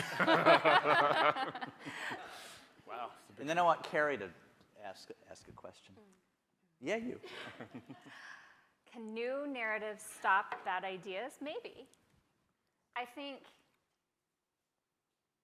narratives are important and only as good as the truth behind them, right? And only as good as the power and the reality that we put behind them. And so one of the things that was coming up for me and what you were saying, Ted, that I think is really important is like what you're describing instills a sense of agency. It's not the idea that democracy is something that happens to us or that the 250 was a foregone conclusion or any of these things. It's something that was worked for.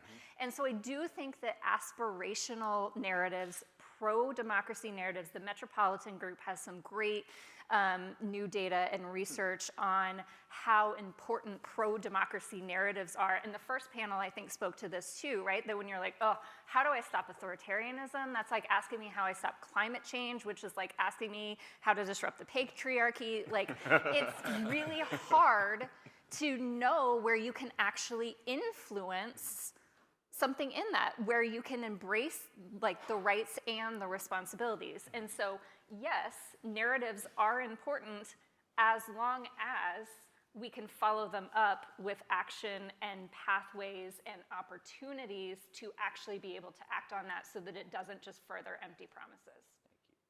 Questions? Carrie, you're off the hook unless you want to go for it. Good, go for it. The cameraman asked me to it's going to get worse. You need to stand up so they can see you. Hi, everyone. I actually have a two-parter because you gave me a hot second to think about it. So 2 questions, and one I think is for you, Kristen, and one is for you. So Kristen, the question is, narratives, this is what I did my dissertation on, storytelling and personal narratives, so I feel like I'm in my lane.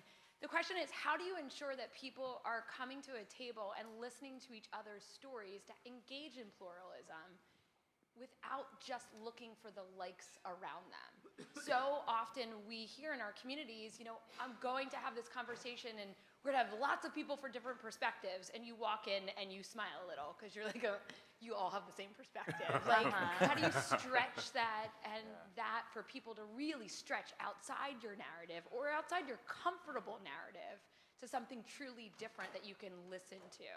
And then the other question around the 250 is I want to reclaim dissent, because that's what the 250 is about, and that's who we are as Americans.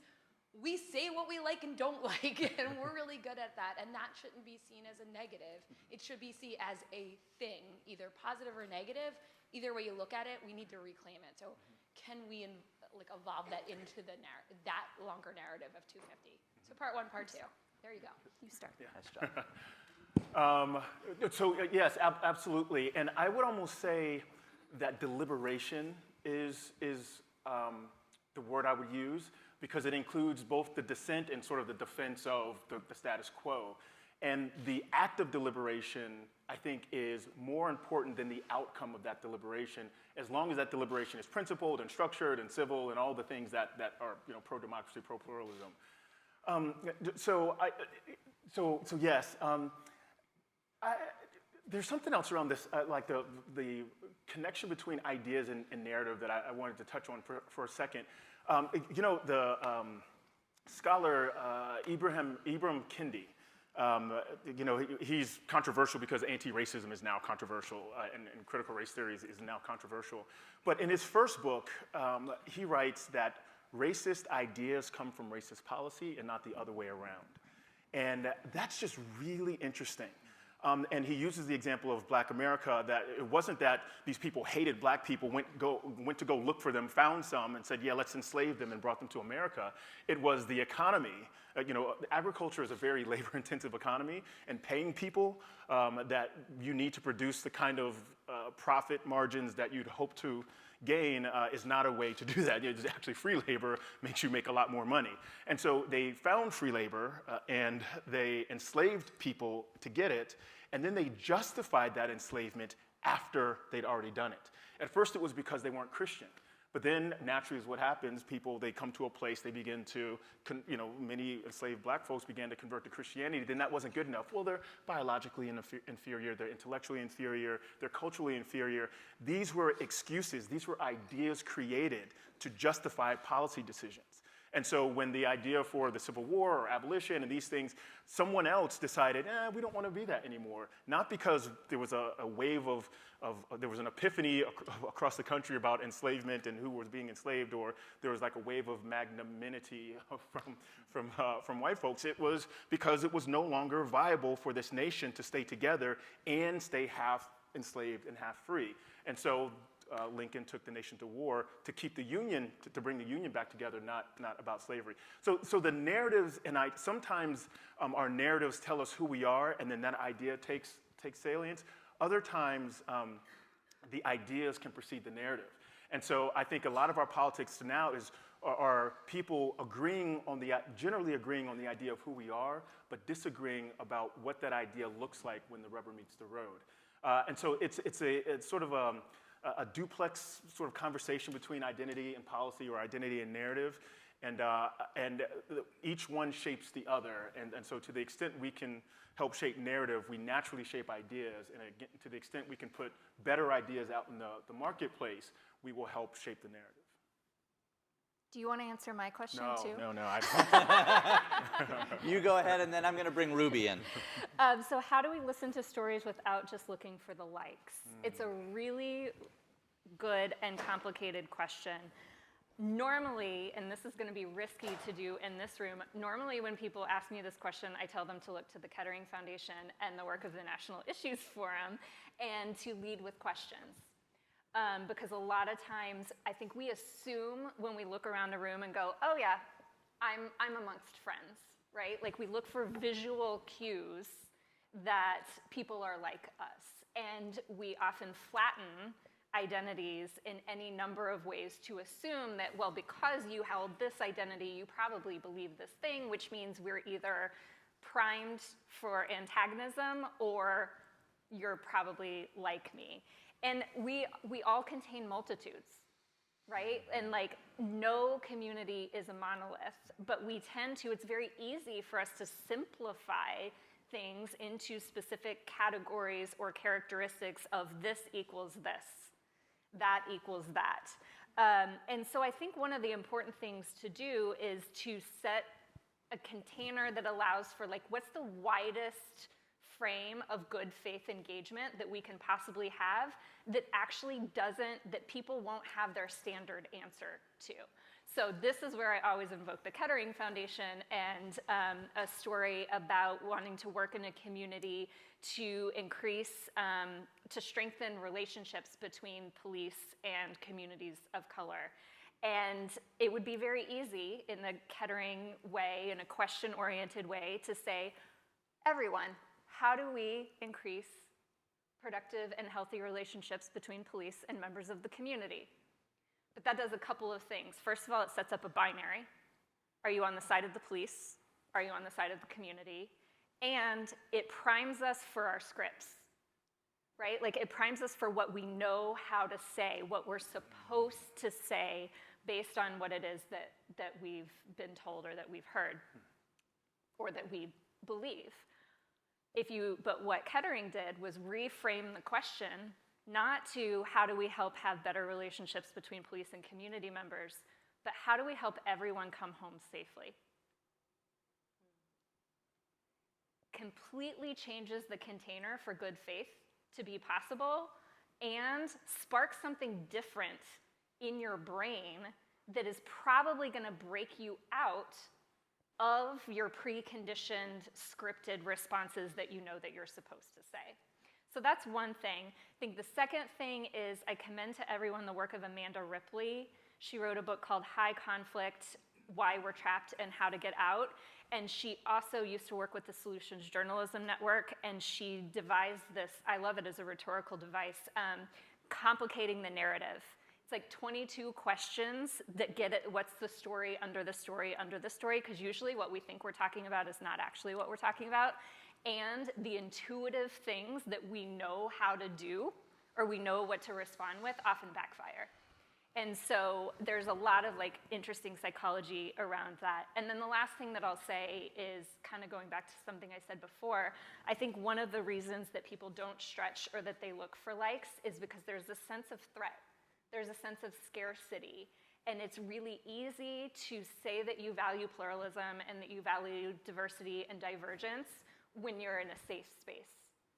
When anything about who you are and what you believe is not threatened or questioned and you don't have to justify. And so how do you help people feel safe? And that feels really like fluffy, right? It feels a little like woo-woo fluffy, but it's actually really important to say, like, what are the ways that you set things up that help people feel safe, that create abundance, that emphasize mutuality over individualism, and lots around the ways that you set like norms and guardrails for those conversations and frame those conversations, I think can be helpful too. I've spoken too much. Thank you. Ruby Quanson Davis. You truly are a key figure in peace building and community development around the globe.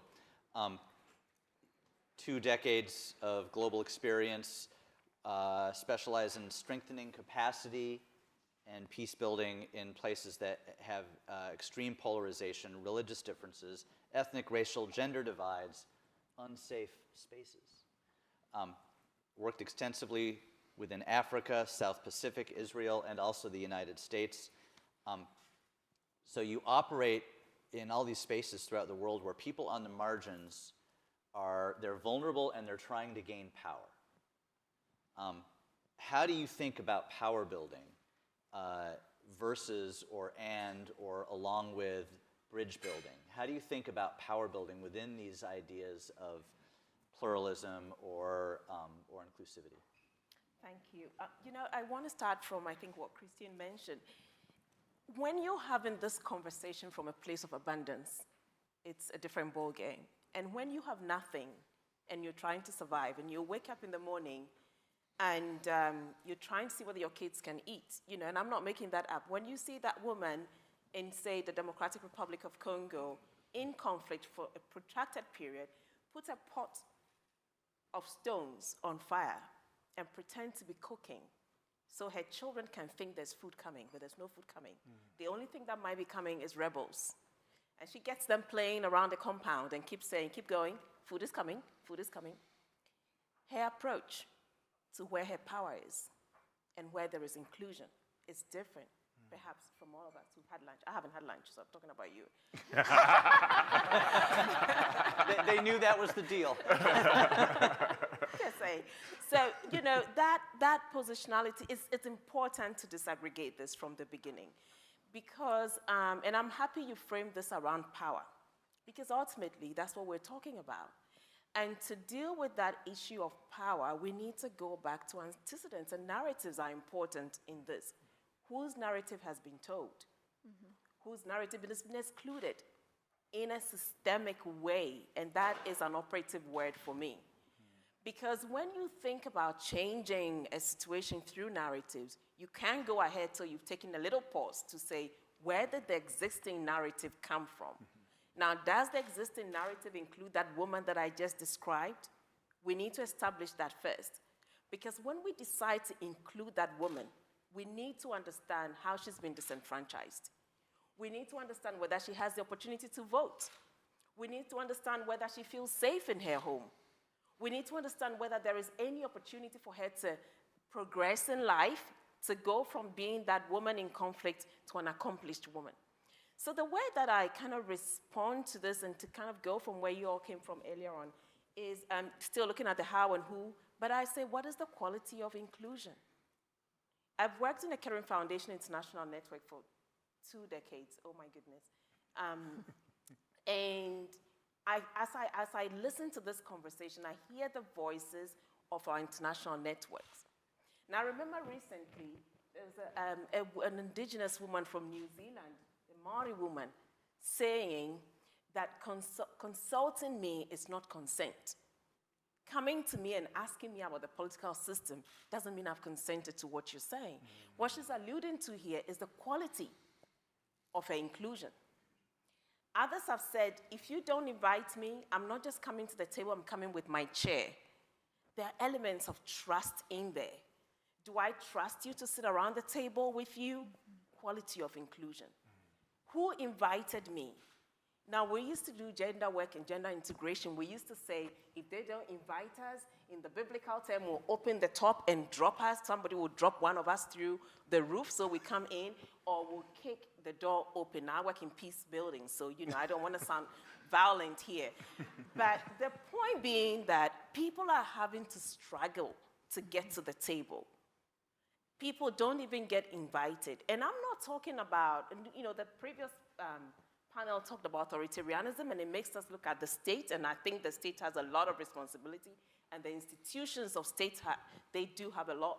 But as I talk about this, I want us to begin to even think about our own levels of work, how we exclude people. Even when civil society organizations are doing their best to bring citizens together, who gets to come to the table? That's what we deal with every day. You talk about Afghanistan, we work in Afghanistan. And when we try to support local peace builders, because we do know that none of us who parachute across the world in airplanes, leaving all those carbon footprints and all of that, none of us can really solve their problems the way that they can do it. So our argument is that the resources of the world to shift the power needs to go to where it's mostly needed, these folks. Because the high politics and policy that determined why the United States went into to look for the Taliban and associates in the first place did not include those voices. Right. Whose decision was that to go to the Taliban? 2 years ago, when you were evacuating from Afghanistan, that was, well, although all of us in the sector has said there's something wrong with this decision, nobody listened. Where were we getting our information from? From folks on the ground. Policymakers were not in connection with it. And I think somebody on the first panel said, even with their best intentions, sometimes even they can't do that. But it doesn't remove the repercussions of that decision. I'm talking daily emails, traumatic emails of people begging for you to get them out of Afghanistan, and you can't do anything about it. I mean, I think people assume we're at the White House or something. I hadn't been there, so, I had no means of telling the president to do that. But I'm saying, when you kind of look at who has been excluded, you need to look at whose narrative is being told. Mm-hmm. When we now tell the story of Afghanistan, of Myanmar, of all these countries that I'm mentioning, whose narrative are we talking about? That comes to the quality of inclusion, because, and this is why I don't get bogged down by the inclusion versus pluralism, because the way that I tackle pluralism is to go back and look at the quality of inclusion, because that gets me to who is at the table. Is it, and as you said before, is it anybody and everybody should be there because we're saying pluralism? Mm-hmm. And does that mean every opinion carry the same way? See, I don't mind if people come to say, because I have to, by the nature of the work that I do, bring people to the table. But I also don't want us to miss the narrative. I don't want us to kind of remove the fundamental, the baseline over there. And I want to end on this note. I think too many of us are perhaps too uncomfortable with the narratives of the past, that we're too quick to go on to the solutions.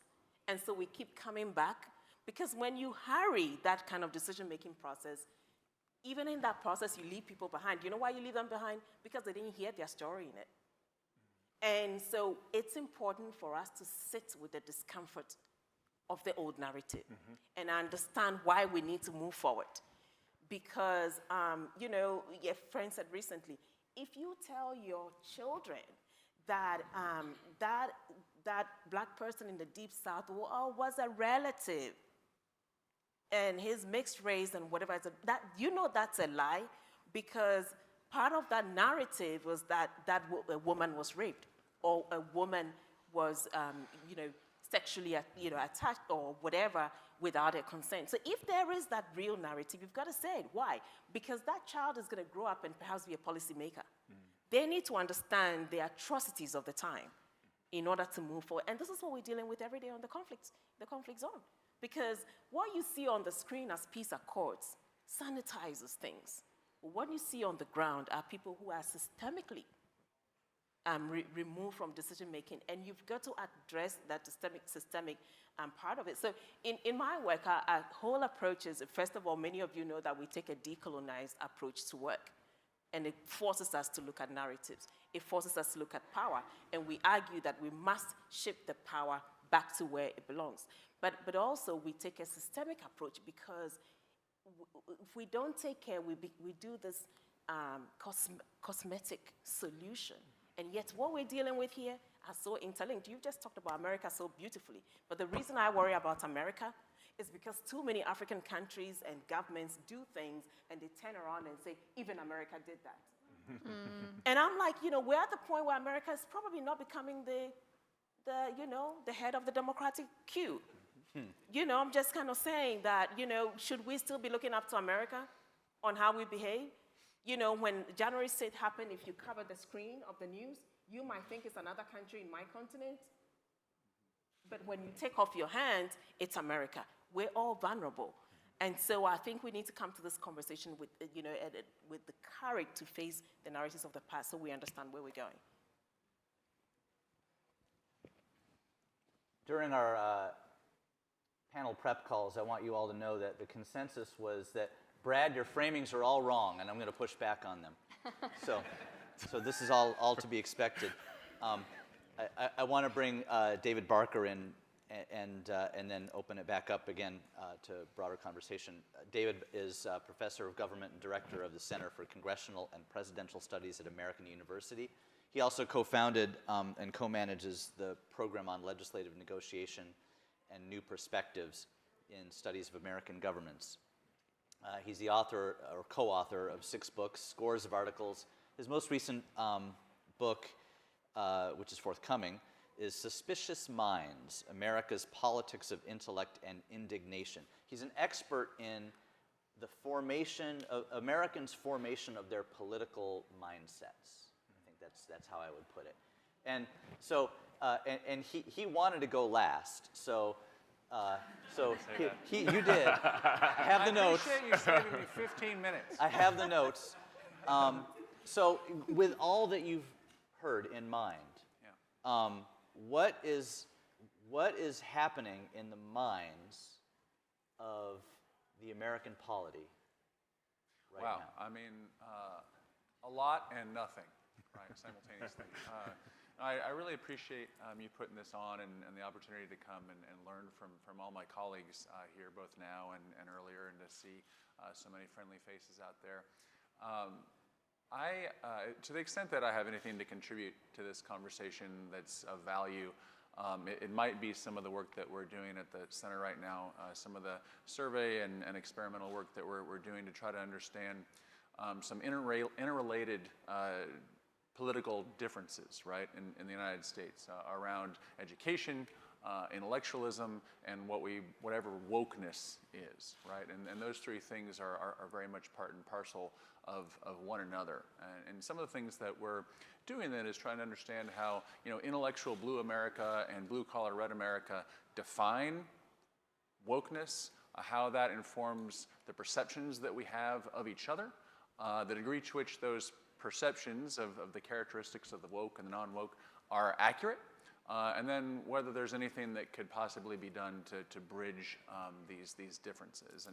And so, starting with the definitions, I mean, I think a lot of you, probably know and are sort of, I'm guessing, the way a lot of you probably define wokeness, the way most of intellectual blue America does, which is as, the recognition of, ongoing injustice based on differences in identity, right? And the commitment, the vigilance to want to do something about that. And so therefore, like, if that's what wokeness is, well then, how could you be against that? And so, like, if somebody's against that, if they're criticizing wokeness, if they're saying, like, here in Florida, this is where the woke go to die or whatever, then that must mean, right, if you're anti-woke, then if, based on what we just said that we think that wokeness is, then you must therefore be, at best, willfully ignorant, right? And at worst, some sort of a racist, sexist, homophobe, right, bigot more generally, right, and authoritarian. But that's not how red America, right, defines the term, right? They're talking about something quite different when they use that term, right? And so, again, typically more blue-collar red America, less educated red America tends to define woke really as the weaponization of differences in identity for political purposes, right? And so it maybe stands to reason then that if that's what wokeness is, then you perceive the woke as in fact illiberal, right? As in fact anti-common good, as anti-merit, as anti-America, right? And as smug and condescending and sanctimonious and all that other stuff too. So some of the stuff that we're doing, right, is that we're, one thing we're trying to do is trying to understand the degree to which both of those stereotypes may in fact have grains of truth in them. And I'm actually sorry to report that both of them do. So, I mean, yes, it is actually the case, right? Oh, and I should say that when we measure woke mindsets, we actually take the first definition, right? So we measure people's agreement with statements, right? Like the degree to which they agree that African Americans, right, have had a harder time overcoming, generations of injustice in America. So it's a very, simple definition of wokeness, and we find that people who don't agree with those kinds of statements are indeed more likely to say things, to also then agree with statements like it would be better to just have like a strong leader than to like have freedom, right? I mean, and stuff like that. And they're more willing to say like agree with misogynistic statements and stuff like that. So that's true. It is also true, right, that people who fall into the woke category are more willing to say stuff like, I'm more intelligent than other people. They're more willing to say things like, actually, freedom of expression is not necessarily the most important value, right? That we shouldn't necessarily encourage people to express themselves how they wish, even if nobody's getting hurt. They are more willing to discriminate against people who are traditionalistically religious. And they are willing to say, like, that they are unwilling to sort of acknowledge anything good about the history of the United States. So that's the bad news, right? These sort of like stereotypes of the woke and the non-woke and these divides that we have some truth to them, right? But the thing is that it's only to a point, right? And there are, in fact, actually lots and lots and lots of people in both categories, right? There are lots of people in the woke camp, right, who aren't America hating, right? Who don't want to discriminate against evangelical Christians, who aren't condescending, right? Who aren't illiberal, right? There are some, but there are a lot, most more that aren't, right? Likewise, right, and this might be the more controversial statement, there are lots of people who are quote-unquote anti-woke who aren't actually racists, right?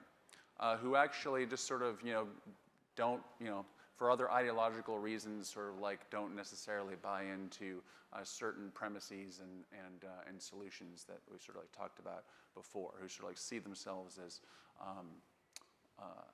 wanting to promote that type of pluralism, maybe not the hyper-pluralism that encourages like different group and identity-based groups to be tribal and compete with each other. So what we're trying to do then is we're testing out different ideas like, well, what do we do, right? And so one of our convictions is that, well, you have to, really focus on your own side, right? I mean, like I can't do anything about, maybe how the mistakes that the non-woke may make, or their perceptions or their attitudes, and that side of the polarization. I, as a card-carrying member of academia, right, of supposedly intellectual, supposedly sophisticated intelligentsia, right? I mean, I can call out my own side, right?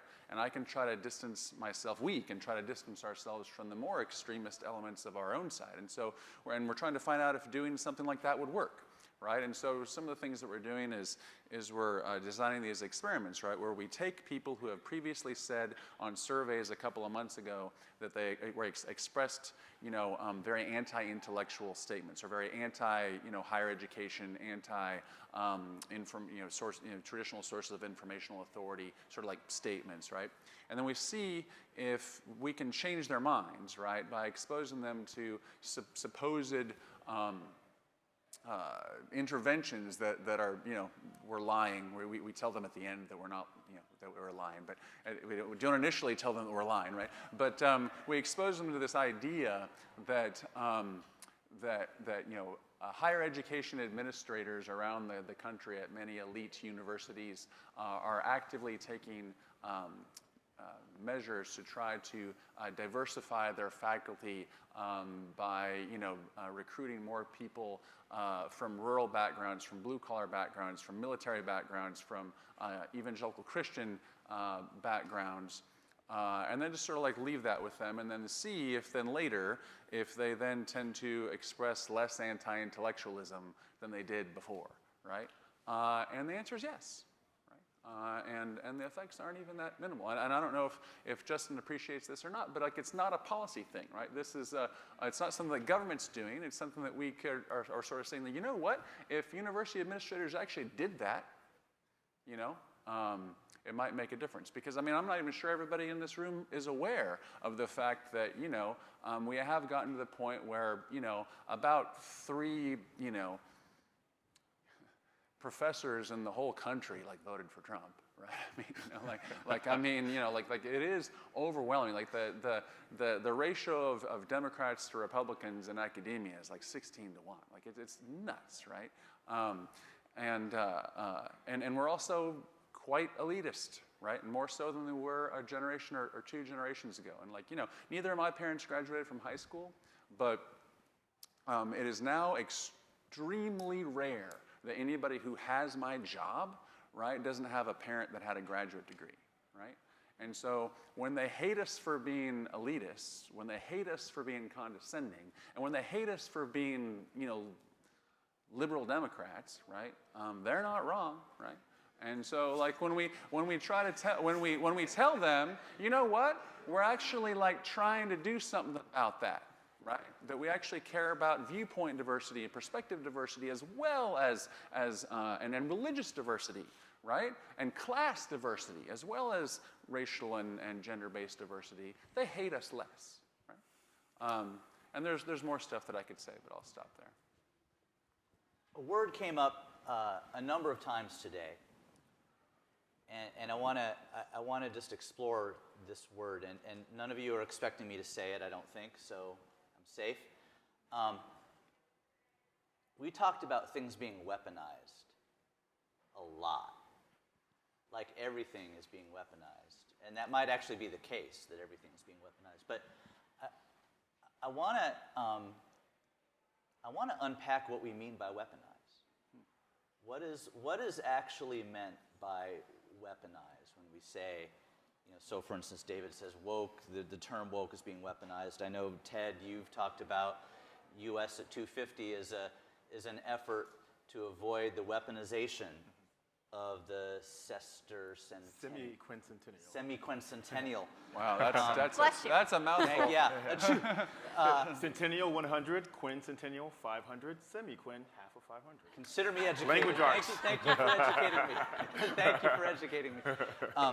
But and maybe I'll end with you, Ted, just because you're closer. What? I'm sorry. Was someone else going to go and I wrap up, or I definitely don't want to have. We only got 3 minutes. I want you to answer this whole. So what do you mean? Here's my what one do you sentence. Mean my one sentence response is when there is a societal tool used to destroy that society, that tool's been weaponized. And so democracy is a tool. It's not inherently positive. Pluralism is a process. It's not inherently good or inherently moral. What we use it for determines whether it's a tool to help build something positive or it's been weaponized to destroy. Yes. That. Yeah. That. Ditto. Okay. And that's one thing that I think is important to make a distinction on in your conversation that you had with Justin, too, around polarization. symptom or cause. Polarization itself is not necessarily a problem. It's not necessarily good or bad. It's the toxic polarization that causes us to weaponize the difference that we have, right? To use it as a strategic way to divide people, push them further apart, convince them that they are enemies and that that people who are different than them are less than human. Like, that's the problem. And I think that that's an important distinction for those of us, because democracy needs polarization, right? We're not all going to be the same, and we need debate, we need distinctions, we need polls. Polls are not the problem. It's when we use those polls to say, you are not only wrong, you are so wrong, you are evil, and your very existence is a threat to my existence. That's the problem. Those halcyon days of supposedly in the middle of the last century when we got along and all that was when everybody who had any power looked like me. Right? And so, like, naturally, as we've made some progress, right, and that not being true anymore, naturally we fight more. So, like, that isn't the problem. It's what you're talking about. But Brad, there's one more thing to connect to the previous panel, and I think it's really a good time to bring this in so we don't feel like we're just disparate conversations, right?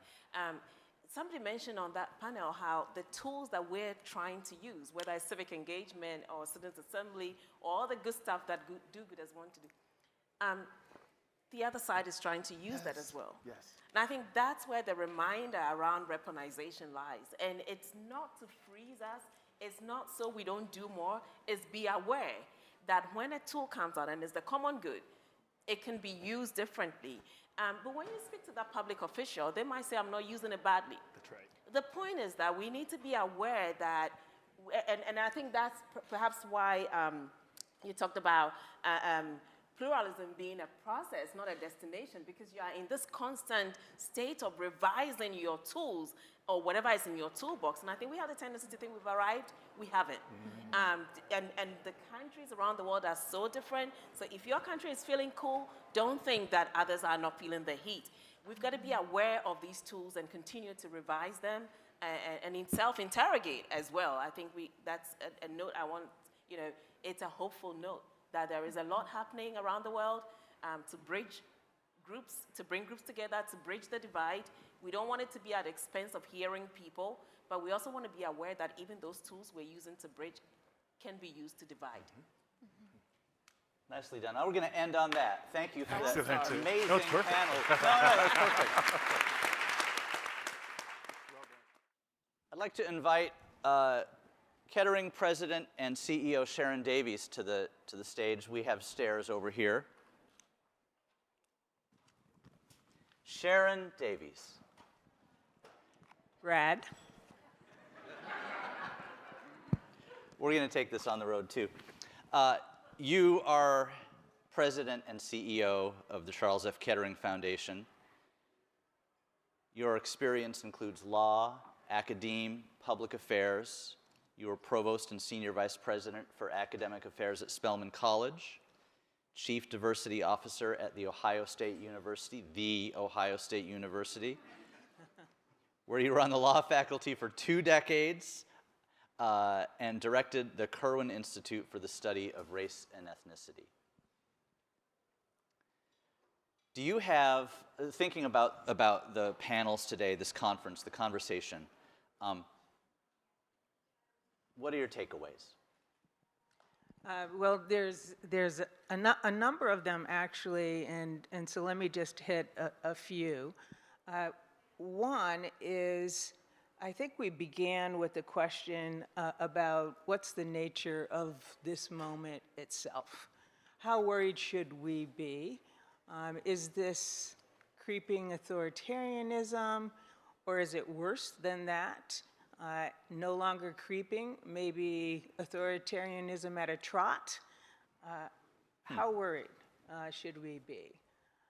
Another is, what are those signs that cause us to worry about this moment, particularly here in the United States, where we don't have a history of thinking of ourselves in our democracy as being particularly vulnerable.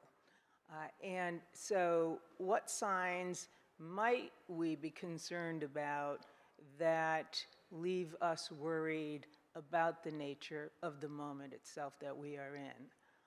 And finally, what can we do about it? What do we do about it as concerned citizens who think that maybe we are in a critical moment, maybe even standing on a precipice of losing our democracy itself? We might have spent a little less time at that very last piece of the question of what could we do.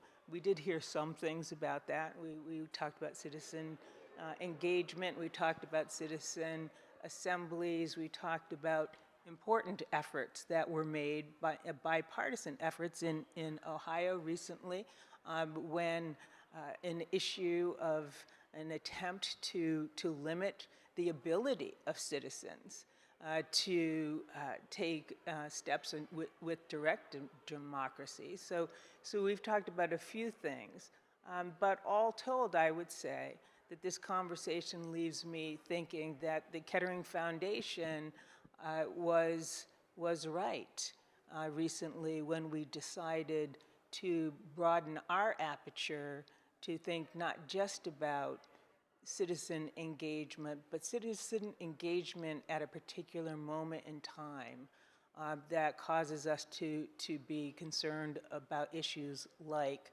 government accountability to the people and also rising authoritarianism. Could you say a little bit more about this widening of the aperture at Kettering and how you see it and what it entails? Yeah, so Kettering has been engaged, as our friends know, in the field of democracy for over 4 decades now. And most of that time, we spent our efforts bringing together citizens across lines of difference. We thought that was doable. We thought it was important.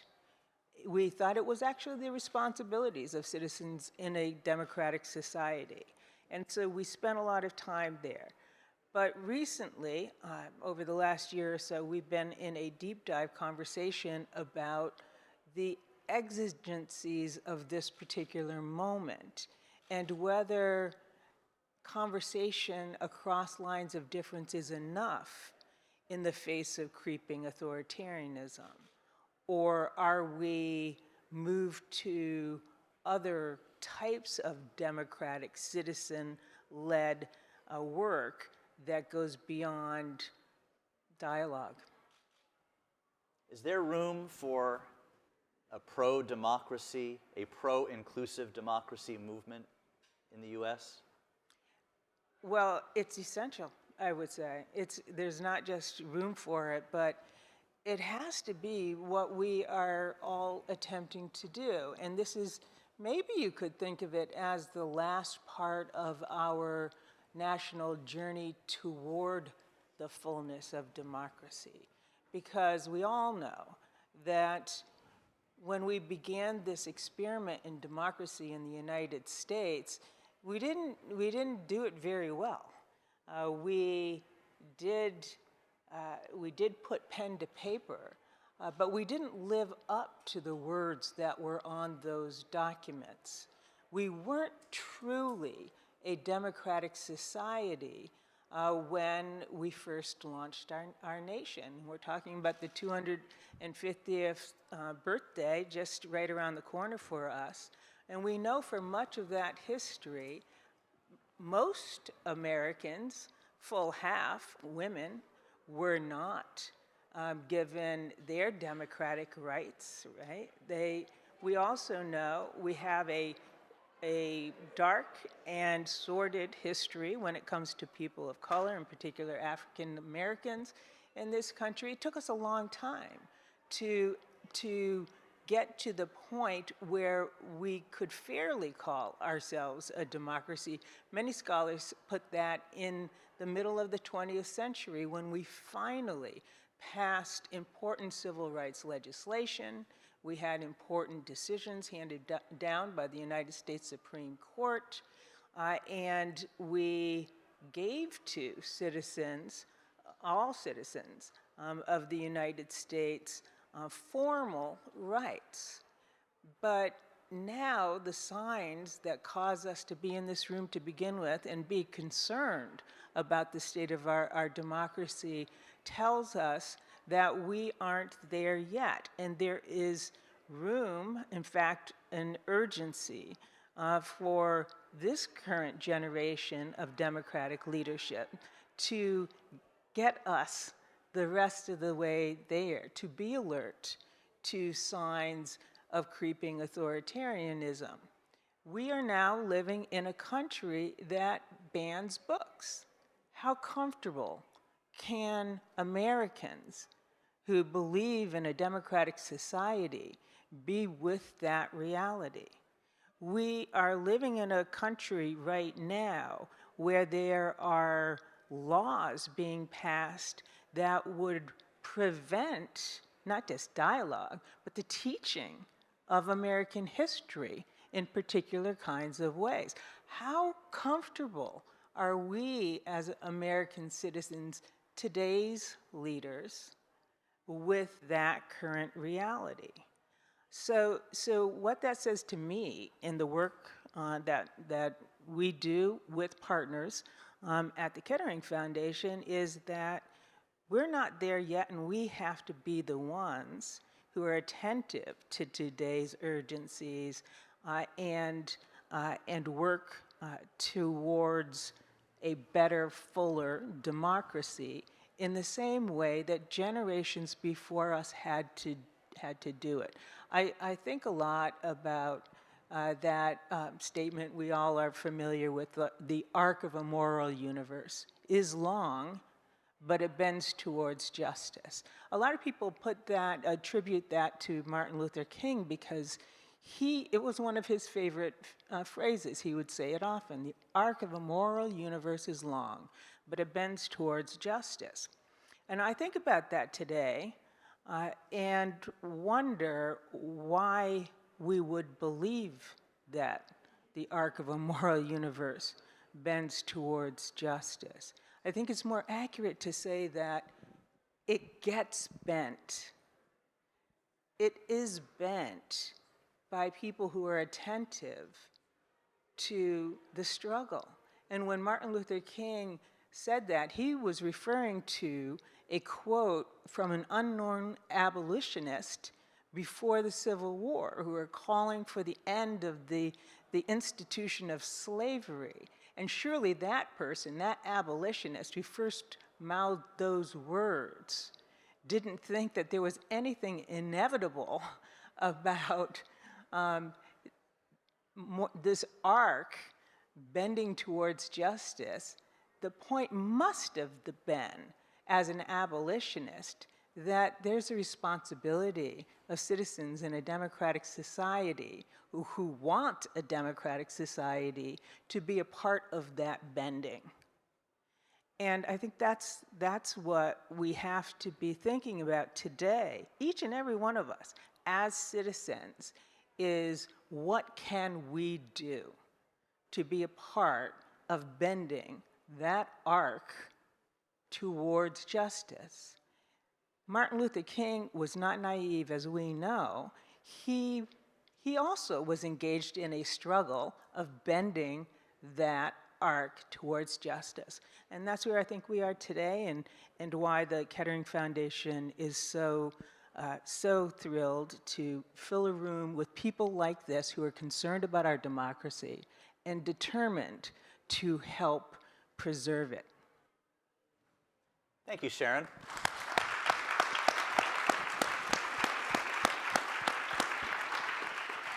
I can't think of any better way to close. Thankfully, I didn't have to.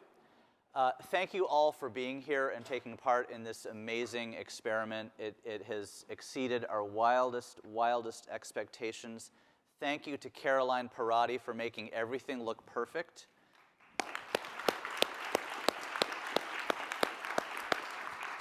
I would be remiss if I did not say to you that Caroline wants everyone to take one of the flower arrangements home, so please do so. It would be a shame if they didn't. It was like aromatherapy up here. It was really nice. And you heard me earlier allude to our off-the-record roundtable lunches. Some of you are new to this group, and so what I'm about to say to you will not have been heard, and for others, you've heard me say it every time we get together. But we are not ending those. We are still doing those lunches. This is a different beast, and it's a real departure from that, and we'll continue to do these public-facing large events. In fact, mark your calendars, January 9, 2024, in Washington, D.C., we'll have a conference on political violence. Think about when that is. Now that you're done thinking about that, if you want to come to one of our lunches, I will not darken your inbox with a please come, please come, please come. If you want in, I need you to send me an email that says, Brad, I'd like to be on your list. So if you want to come, you are more than welcome. We want people who want to have those kinds of conversations in an off-the-record setting. So please send me an email if you want. Thank you for being here. Thank you for spending most of your day with us and staying through the bitter end. Thank you all.